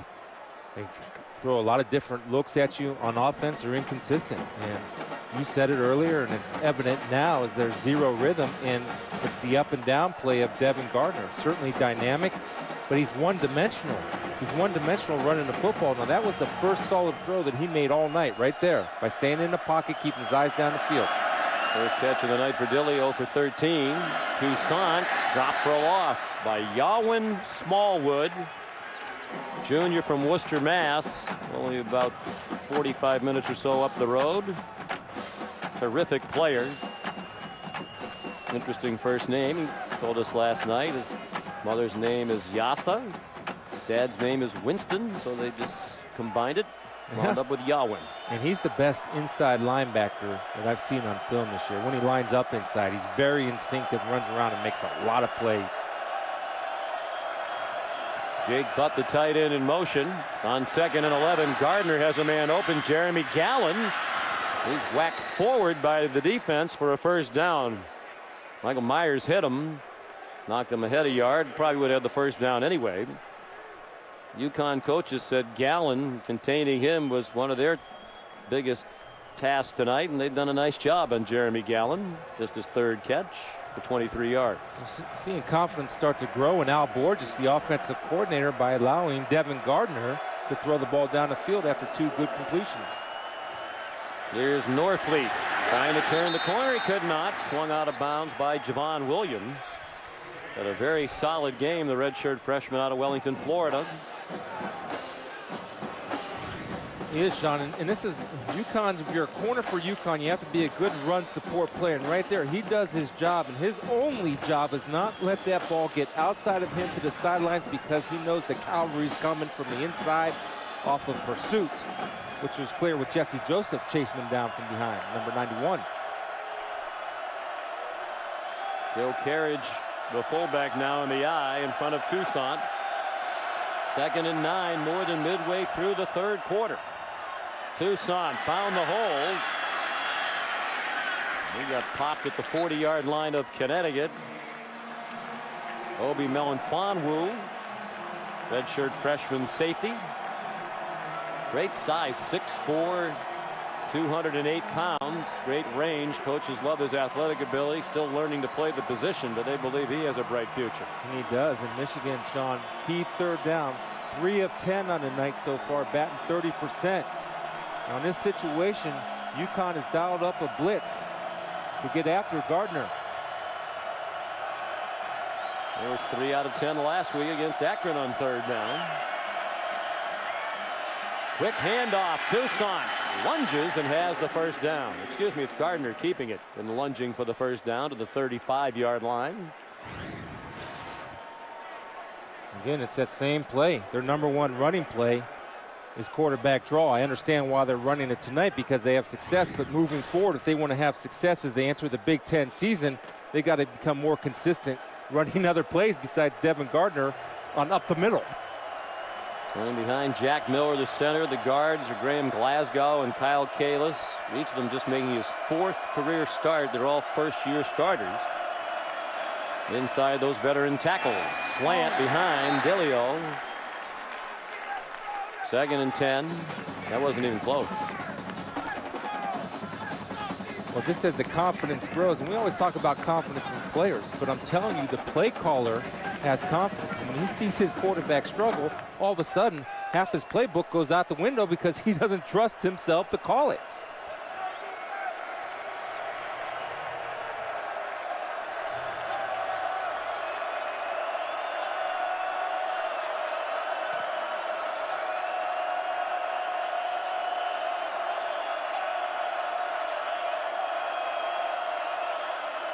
Option. Gardner got walloped as he pitched it to Toussaint, who has a first down inside the 20. He's going to score. Touchdown, Michigan. 35 yards.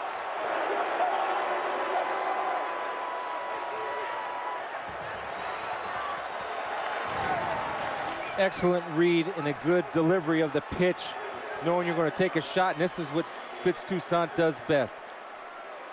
Shaking and moving, making cutbacks and running with power, and a huge response by the Michigan offense, something they needed and needed badly. Speed option. Longest run of the year. Nice drive. 75 yards in 9 plays. Gibbons adds the extra point. Brendan's now made 116 in a row, and it's a 1-score game with a long way to go in East Hartford. 5:37 left in the 3rd quarter. 21-14 Connecticut.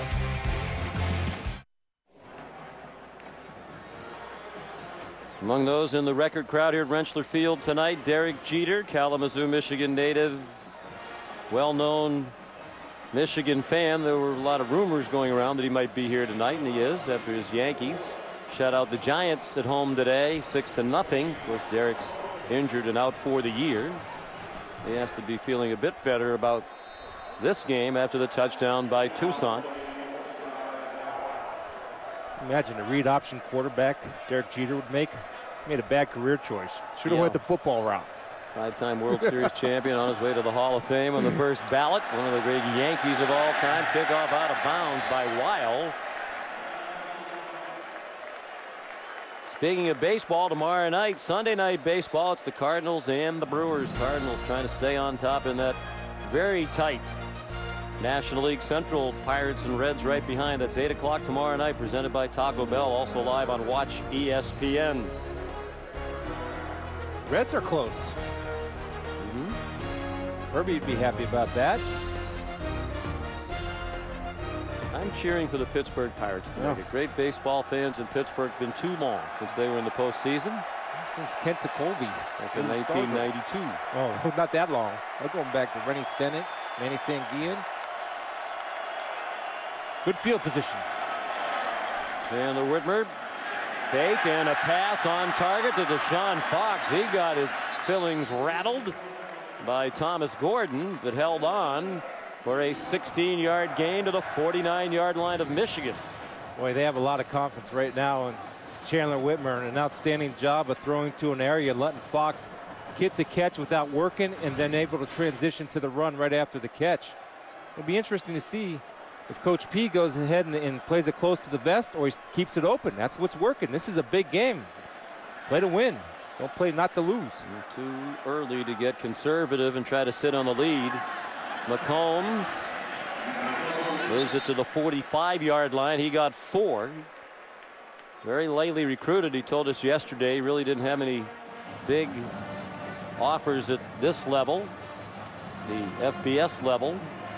And those schools at this level that showed interest in him really thought he would be a defensive back. He wanted to be a running back. Randy Edsall said, we're going to give you a chance to be a running back, and he's been one of the best in the history of UConn. 8th in school history entering the night. Career rushing yards, trying to set up a screen.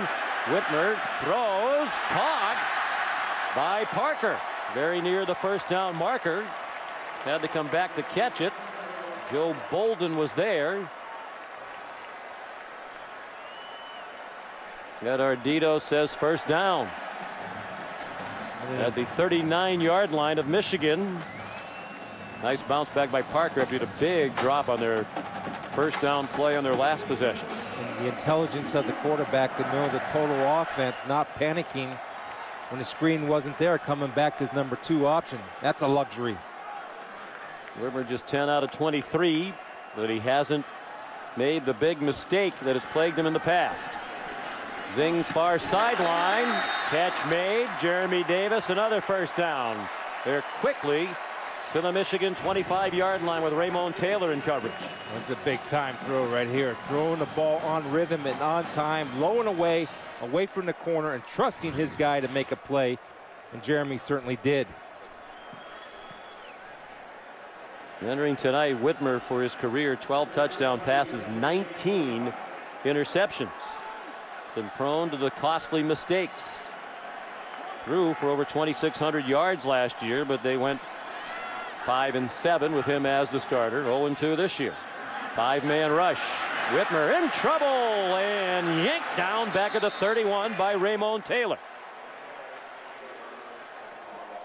Greg Madison dialed up the blitz and it paid off. Well, again, you see Raymond Taylor coming from the short side of the field, and Chandler Whitmer missed his hot read. He had number 7, John Green, sitting there looking for the football because the safety had too far to cover off the short corner blitz. That's one mental mistake. We had a good intelligent misplay by Whitmer one play, then he made the mental mistake off there, being fooled by that man, Greg Madison. 2nd and 16. They're on the edge of field goal range for Chad Kristen. McCombs pulled down after a short gain, got to the 27. Jabril Black made the stop for Michigan, senior from Cincinnati. And the field goal obviously would be big, but move it back to a 2-score lead late in the 3rd quarter. If I'm Connecticut, the one thing I'm telling Chandler Whitmer, do not take a sack. So I wouldn't be surprised if they call a run here. Be a little bit conservative, but play for points. Right now, don't get cute and take a sack, or if you do, make sure you throw it away. Be about a 45-yard field goal with the win from here. Whitmer out in the flat. Good hands catch by McCombs, but he slipped down.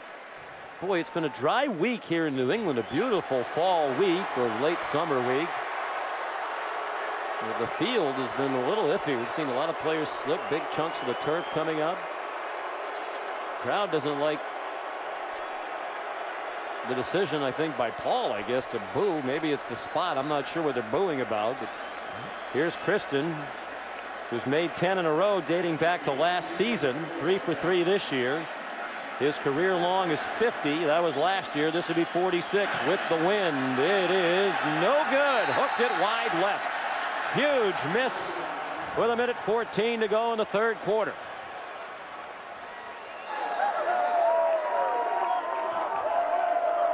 It clearly was the right decision to try it. Absolutely. 4th down and long. He had the leg to make it, just pulled it.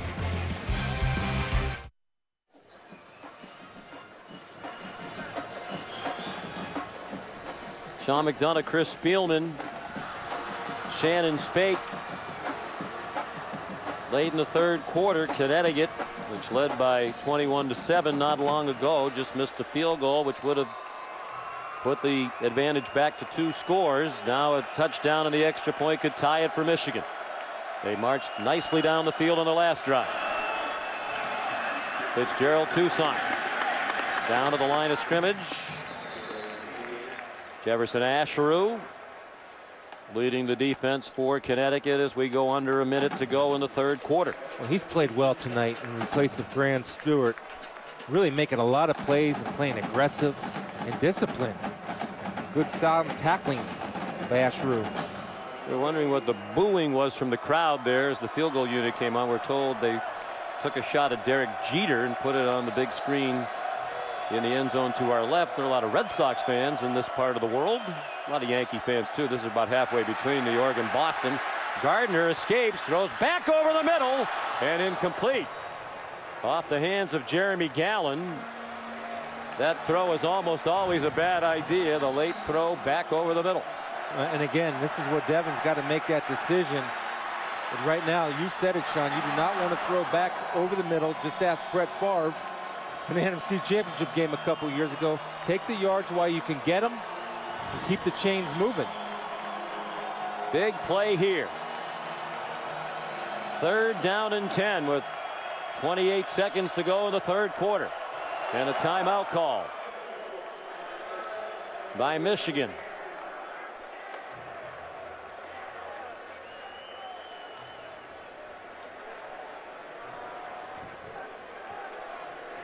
They are widely regarded as football's first family, although the Spielmans would argue. Don't miss SEC Storied. We revisit the upbringing of the Manning brothers with never before seen footage and stories. So flummoxed by the fact that this isn't about the Spielmans. The Manning's beginnings, of course, in New Orleans, all the way up to their ascent into NFL superstardom. SEC Storied, the book of the Manning, Tuesday at 8 on ESPN, also live on Watch ESPN. I bet you they didn't have cage matches at 5. Like the Spielmans? Yes, we did, man. Let's go. Hall of Famer Chris Spielman, College Football Hall of Fame. His brother Rick, the general manager of the Minnesota Vikings. 3rd down and 10 after the Michigan timeout. He's 0 for 4 on 3rd down, moving along the line. False start, offense, number 61. It's a 5-yard penalty, 3rd down. And Glasgow, the sophomore left guard out of Aurora, Illinois. Now, Sean, that can happen, and the reason why it happens is because Connecticut has been able to create pressure off of blitzing right there. They show a blitz, and linemen get a little jumpy if they've been giving up pressure off the blitz. 4th penalty against the Wolverines for 30 yards. Gardner for the year entering tonight was 80% passing on 3rd down, 24 for 30. Can he do it again? Zings one deep, and is it caught? Yes, Chesson made the catch at the 41-yard line. They convert on 3rd down and long. Let's take a look. Was it a catch? They needed 15. If that stands, they got 17. And apparently it will. And now they're going to review it, it seems. The previous play is under further review. Ruling on the field is a catch. And of course, UConn had a touchdown taken away. We thought it was a good catch in the first half. Replay booth, Jack Kramer ruled that the receiver, Jeremy Davis, didn't maintain control. I talked about that play in the first half. The ball can touch the ground after the player secures control. As he continues to maintain control, there are other elements that need to be satisfied. I think that's a catch right there. It's a good job of J.U. Chesson getting his arms underneath the ball, and a good throw by Devin Gardner, and a clutch throw. After review, the ruling on the field stands as called. 1st down. Huge play.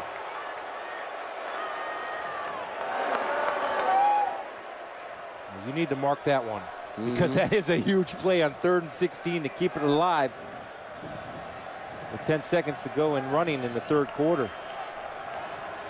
Will they snap it again here in the 3rd? Looks like Gardner's going to take it to the 4th quarter. They will have the wind at their backs in the 4th quarter. About a 15-mile-per-hour wind. Each team scored 7 points in the 3rd quarter. It was the defense that scored for UConn. And it was Tucson on his longest run of the year, found the end zone for Michigan.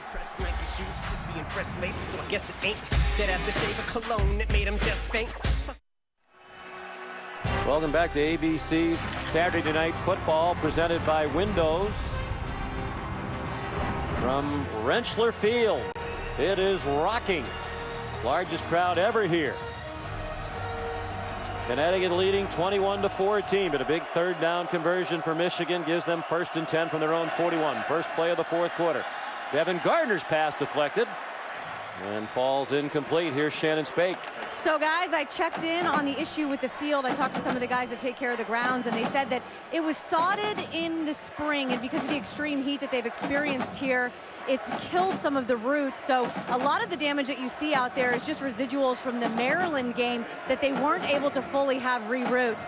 So I guess let's just keep our fingers crossed it doesn't rain now. It's expected to at some point tonight. Haven't seen it yet. 2nd and 10. Gardner dumps it off. And good effort after the catch by Jake Budd. He got to midfield, but he's a yard short.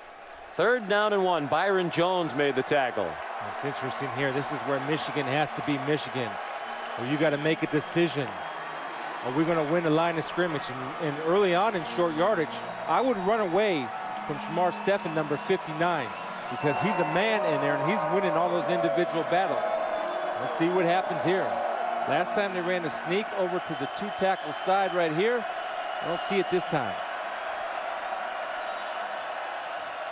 It's Gardner on a designed run. Keeps it around the corner and has the 1st down. Skipped out of bounds near the 45-yard line of Connecticut. 1st and 10, Wolverines. In the 1st quarter, they ran that play on short yardage with Devin Gardner. They were successful. Al Borges does a good job coming right back to it to pick up the 1st down on a key 3rd down. A minute into the 4th quarter. Michigan in a battle.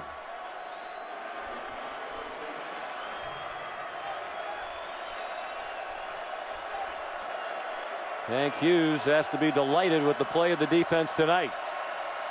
Will they rise up again? Play action pass, no rush. Gardner deep, man open. It is incomplete. Chesson had a step or two on Javon Williams.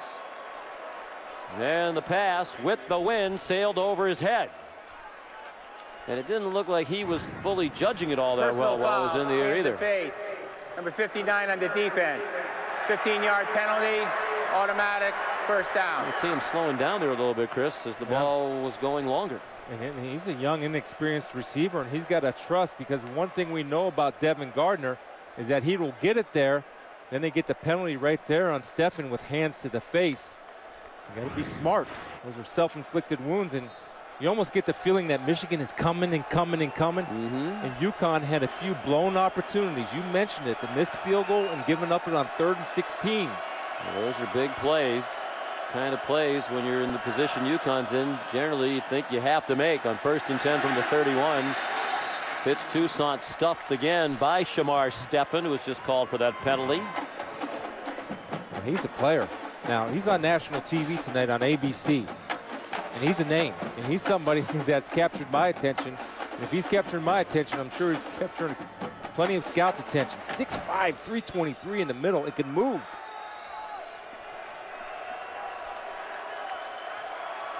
Two minutes gone by, 4th quarter.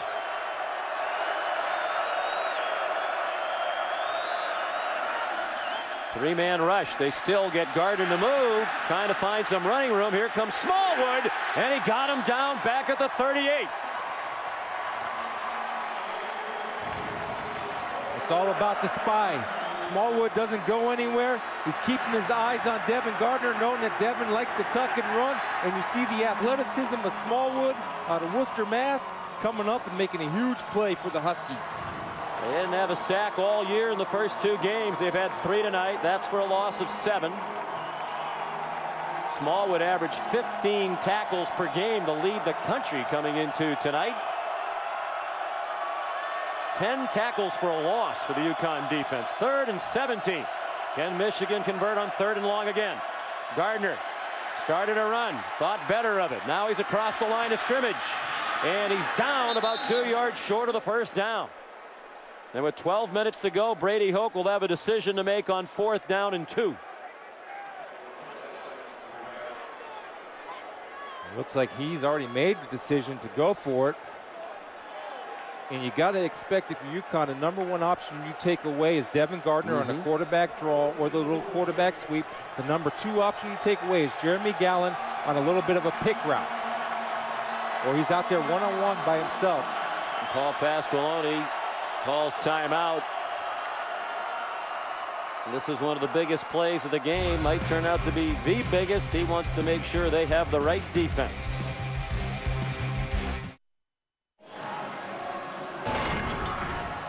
Sean McDonough, Chris Spielman, Shannon Spake back in East Hartford, Connecticut. UConn Huskies a surprising touchdown lead early in the fourth quarter. 11.5 to go. Michigan going for it on 4th down and 2 from the UConn 22 or 23. They're 2 for 2 on 4th down this year. Gardner out of the gun. Pulls it down to run. And he lost the ball. Got it back, but it looks like he's short of the first down. Where's the man spotting the ball? The line judge running in. It's that right foot, left foot spot. It was a fumble. He had to fall on it back where he has the ball now. And he took a shot to the back, Sean. Alwyn Smallwood, the big hit. It looks like he got a pretty good spot, but unless the yellow line is considerably off, which typically it is not, it's going to be UConn's ball on downs. What did we say before the break? We said that the #1 play they're going to have to stop is the quarterback draw. Coach P called the timeout. Hank Hughes says, hey, beware of the quarterback draw, and they stopped it. At least we think they stopped it. Pretty predictable. That's been their go-to play all night. They're way short.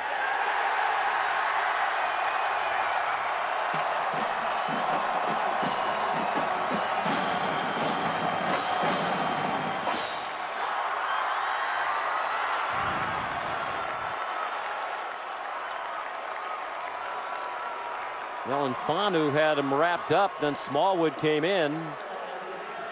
No doubt he was short of the first down.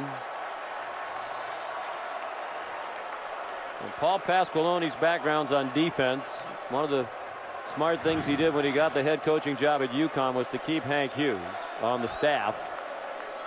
They played good defense around here for a while. Play action pass. Chandler Whitmer out on the flat. Caught. McQuillan, the tight end. Sean gets about 8 on first down. Shoved out by Brennan Byer.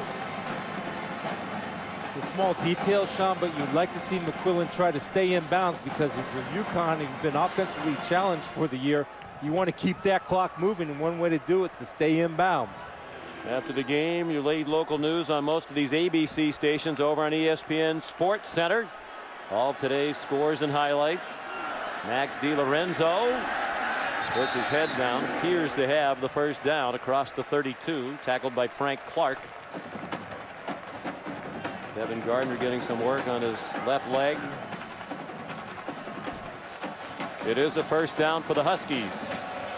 We don't want to play conservative if you're UConn. What you want to do is snap that ball with about 4 seconds left on that play clock.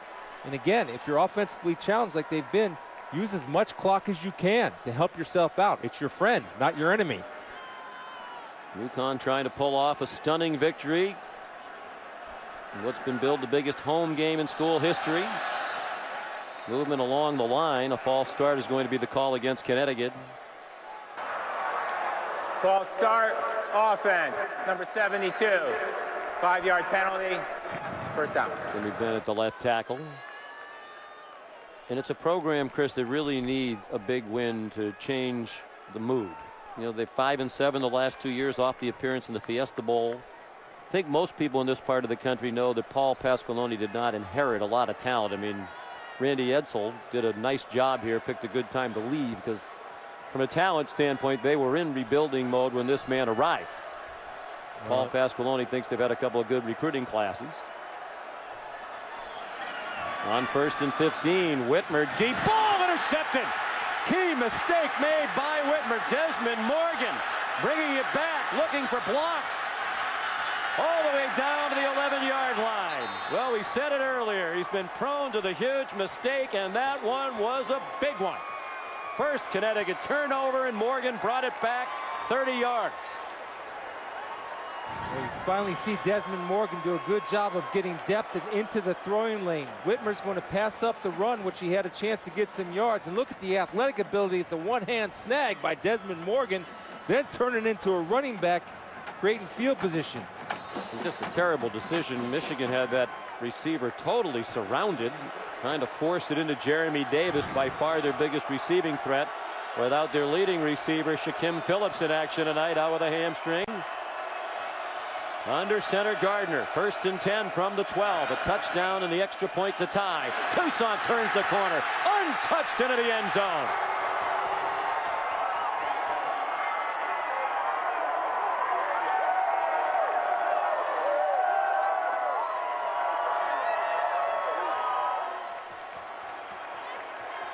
Second touchdown of the night for Fitz Toussaint.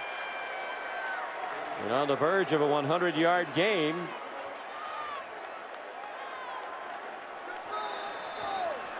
Whitmer's mistake cashed in immediately by the Wolverines. And a defensive mistake cost them that touchdown. Extra point up and good. 6 seconds after the interception by Morgan. Michigan has tied it with 9:49 to go.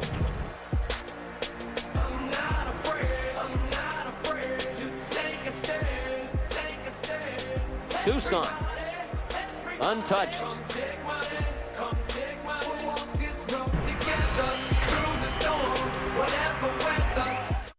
Saturday Night Football presented by Windows. Brought to you by Windows. Chick-fil-A. We didn't invent the chicken, just the chicken sandwich. And Rush from director Ron Howard, and based on the incredible true story. Rush in theaters Friday.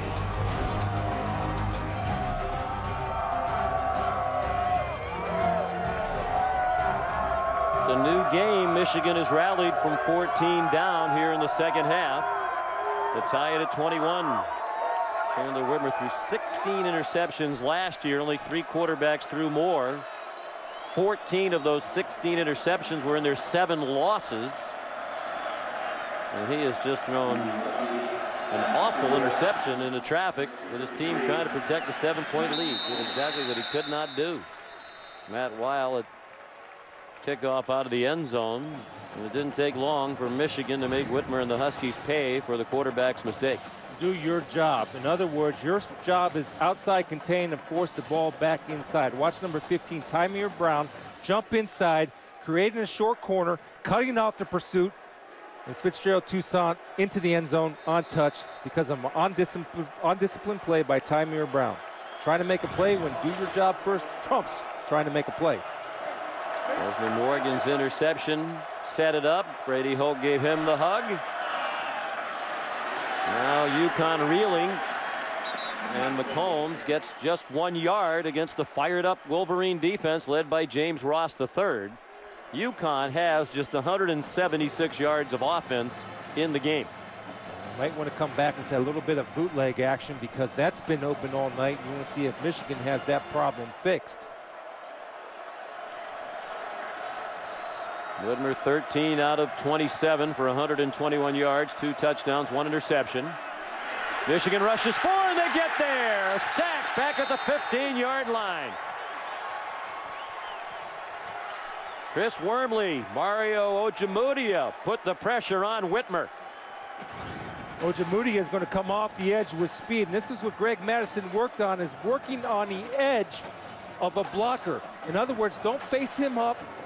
Pick one side of him, hit him with a swing move, and beat him with speed, and Wormley comes in to clean up Ojemudia's pressure.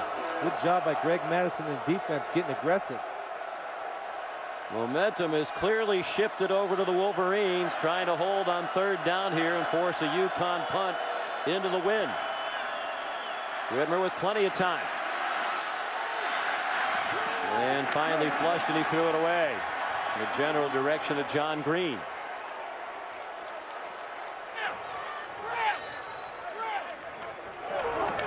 And that man, Michigan has one of the very best defensive coordinators in the country. You think about where the defense was before Greg Madison got there 3 years ago, one of the worst in the country. They've been in the top 20 each of his first 2 years as defensive coordinator.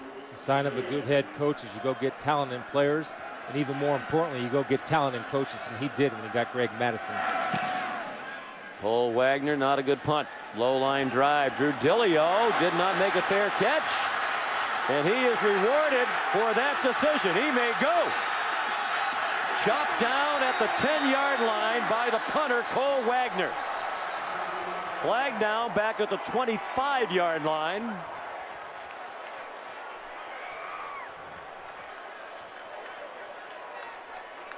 Longest punt return of the year prior to tonight was just 9 yards. That was considerably better, but it might be coming back. Personal foul, unnecessary roughness, number 26 on the receiving team. It's a 15-yard penalty from the spot of the foul. First down. Jordan Lewis. So instead of first down near the 10-yard line, they're going to bring the ball back to the 40-yard line of UConn. And that'll drive Brady Hoke nuts, because the #1 rule on a punt return, if the ball is past you, never block behind the ball. Watch the bottom right. There's number 26 coming in and blocking somebody that's not going to make the play. You have to be smart. And that'll be coached up, and he will not make that mistake again. That's discipline. Don't block behind the ball on any type of return. 1st and 10, Michigan. They have an excellent field goal kicker. They want more. They want 7. They might get it. Toussaint shoved out of bounds. Malafanu might have saved a touchdown. They're going to mark Toussaint out at the 26 for a gain of 14. The Michigan offensive line is responding to the challenge of their coach. They sustained blocks, and Toussaint did a good job of being patient and trusting his line to sustain blocks, see the hole, and burst through for an outstanding game. He's over 100 yards rushing now.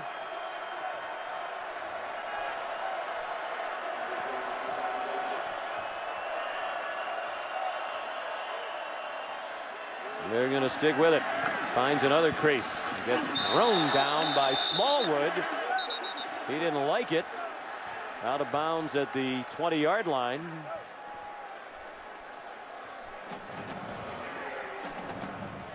Nothing wrong with that. Both guys were in bounds, and still to this day, although it may change one day, the object is to take the man to the ground. That's physical play and a clean play. They were in bounds when he's starting the motion of throwing to the ground. 12 tackles for Smallwood, living up to his reputation tonight. 2nd down and 4. They're starting to find the rhythm on the run. For the most part, running left in the direction of the All-American tackle Taylor Lewan. Short gain there, just inside the 20. Smallwood and Angelo Pruitt on the tackle. Under 7 minutes to go. Michigan poised to take the lead. Yeah, if I'm Al Borges, I don't do any of that trap blocking scheme where you have the pullers. What's been successful? Straight ahead, zone blocking, fire off the line of scrimmage, push them back, and let Fitz Toussaint do his work. No misdirections. Straight at him.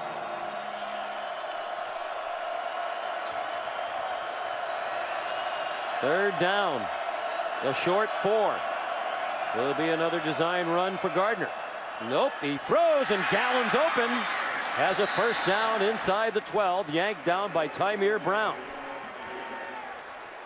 Good call, with the Huskies so geared now to think that Gardner's going to run it. Yeah, and there's confusion right there. You see everybody looking around, and nobody's going to take the flat defender. You have to be able on 3rd down to lock up man-to-man on 3rd and short and take those little routes away. That was created by confusion and formation confusion created by Michigan on that UConn defense.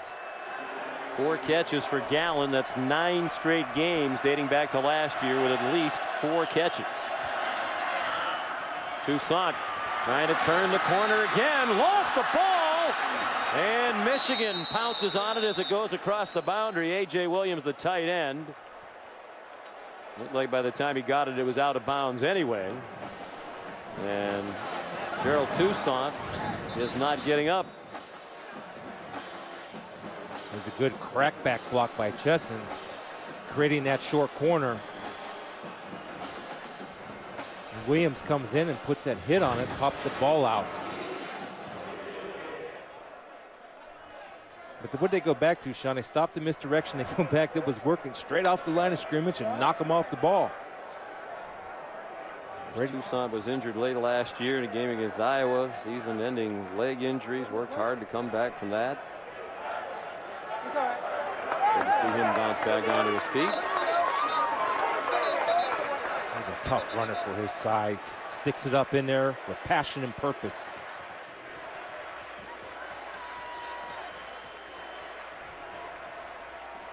Grady Hoke taking him over to the sideline. Is there any doubt how much that man cares about his players? He's an outstanding coach. He really is. And a great guy. He's won everywhere he's been. Ball State, San Diego State. Well, they had been miserable at San Diego State for a decade. He immediately turned that program around. So here's the freshman Derek Green in. Who hasn't had a carry tonight. Will they give it to him on 2nd and 9? No, they fake it to him. Gardner being pursued, gets away, and he's down just short of the first down. Ran away from Jesse Joseph, but could not escape Jefferson Asheru. And here comes another 3rd down and 2 as we tick down to 5 minutes to go. A good decision by Devin Gardner to keep this. Now, the only thing you'd like him to do if you're a Michigan fan, that ball's loose. It's out there and it's dangling. Protect it. Coach Holtz always talks about the 3 pressure points: hand, arm, and elbow. Pressuring that ball up against the body.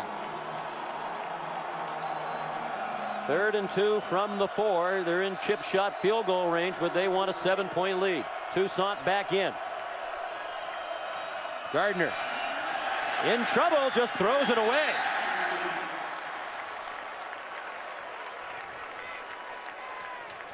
Asheru again. And here comes the field goal unit. Brendan Gibbons, one of the best kickers in the country, had made 16 straight field goals, the school record, before he missed from 45 last week against Akron to end that streak. Keep an eye on the footing now. Footing's been a problem. You want to watch that plant foot to make sure it's secure.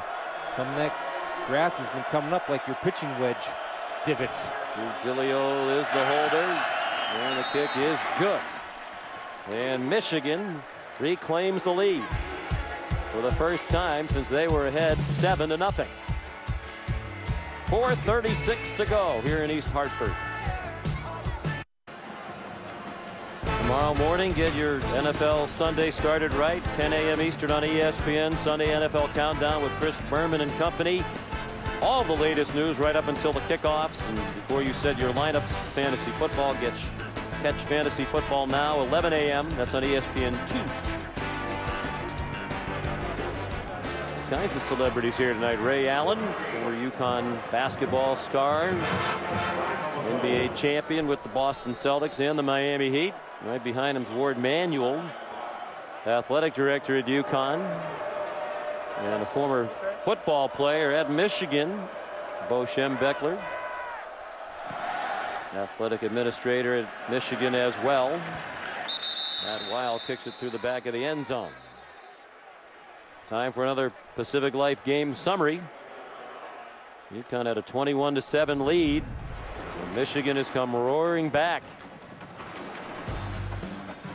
Chandler Wormer's thrown for 2 touchdowns, but that interception that he threw not long ago was huge. UConn in this quarter has 2 possessions for a total of 2 net yards and only 167 yards for the game. They've been leaning on the defense all night. They're going to pull off the upset. The offense has to do something, and in all likelihood has to do it right now. Whitmer throws a fastball caught by Deshaun Fox out to the 39-yard line, gain of 14. 4.5 minutes to go. 2 timeouts for each team. Whitmer started his career at Illinois, had a redshirt year there. The coach who recruited him, the offensive coordinator Mike Loxley, left and went to New Mexico, so he left. Went to Butler Community College in Kansas, then came here to Connecticut. They had a dire need for a starting quarterback.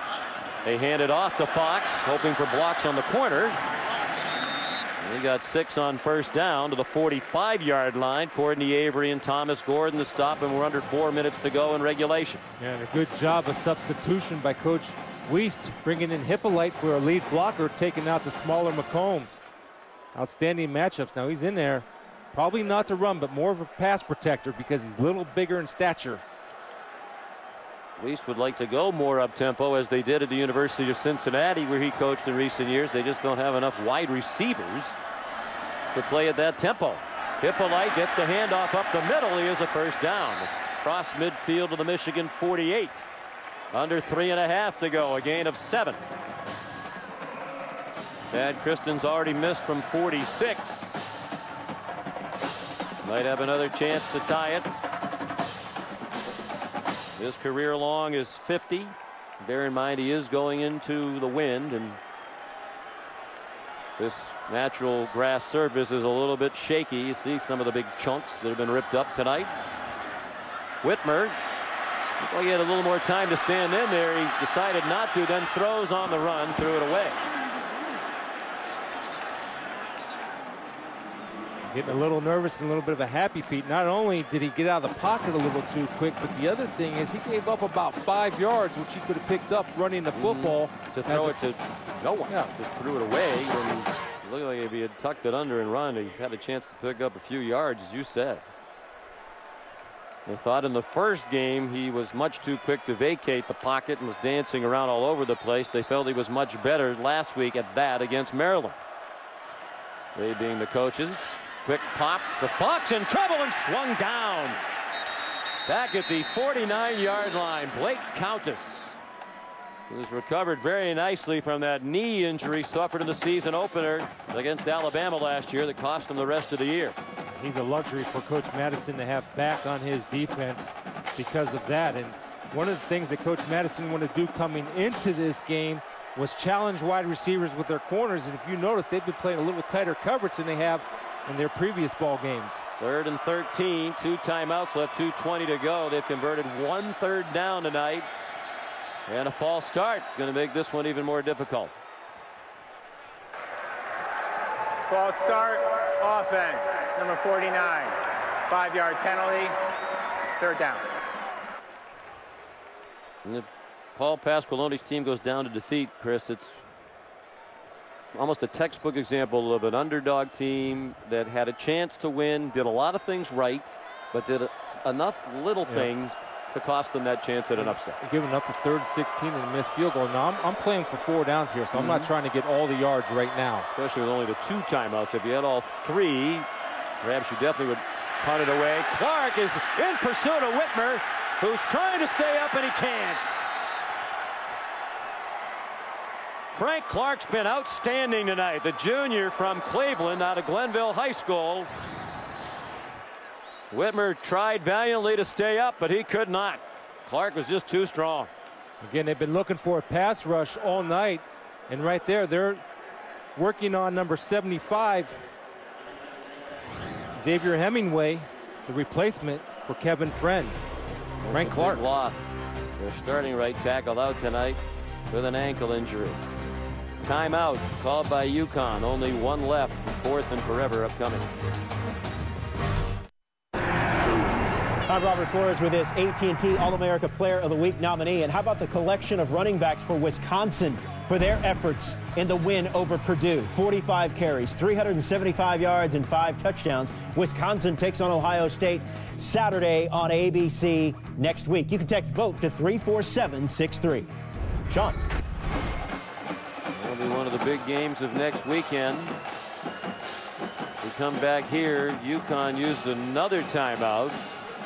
So they've used both of the remaining timeouts to try to come up with a 4th and 29 to keep their hopes alive. If they don't convert here, for all intents and purposes, it's ball game over. Stay tuned. Right after the game tonight, Robert will have the Ford wrap-up. One play I would try to run, and I think it has a better chance of working than just tossing the ball all around, catching that. I run a Hail Mary. At least you have 3 guys down there trying to make a play who get a bounce. Michigan has scored 17 unanswered points. See how they play it defensively. They put any heat on Whitmer. Whitmer throws deep down the middle. It is caught by Fox, but he's short of the first down by about 3 yards. Blake Countess and Jared Wilson stopped him. And Michigan takes over on downs, and it seems that for the second week in a row, they're going to survive a major scare as a huge favorite. It's a nice throw by Whitmer, but a good job of the safeties protecting that yellow line. Not getting too far past that first down marker, able to come up and make a play, and a solid tackle to prevent UConn from getting the first down. Huskies needed 29. They got 26, and they cannot stop the clock.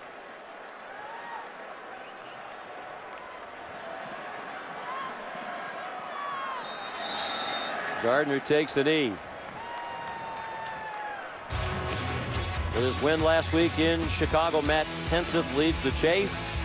Trying to pull away from Kyle Busch and Jimmy Johnson. Find out if he can do that tomorrow. Get a little breathing room in the chase. 1 o'clock Eastern time on ESPN. They're beautiful Loudon, New Hampshire.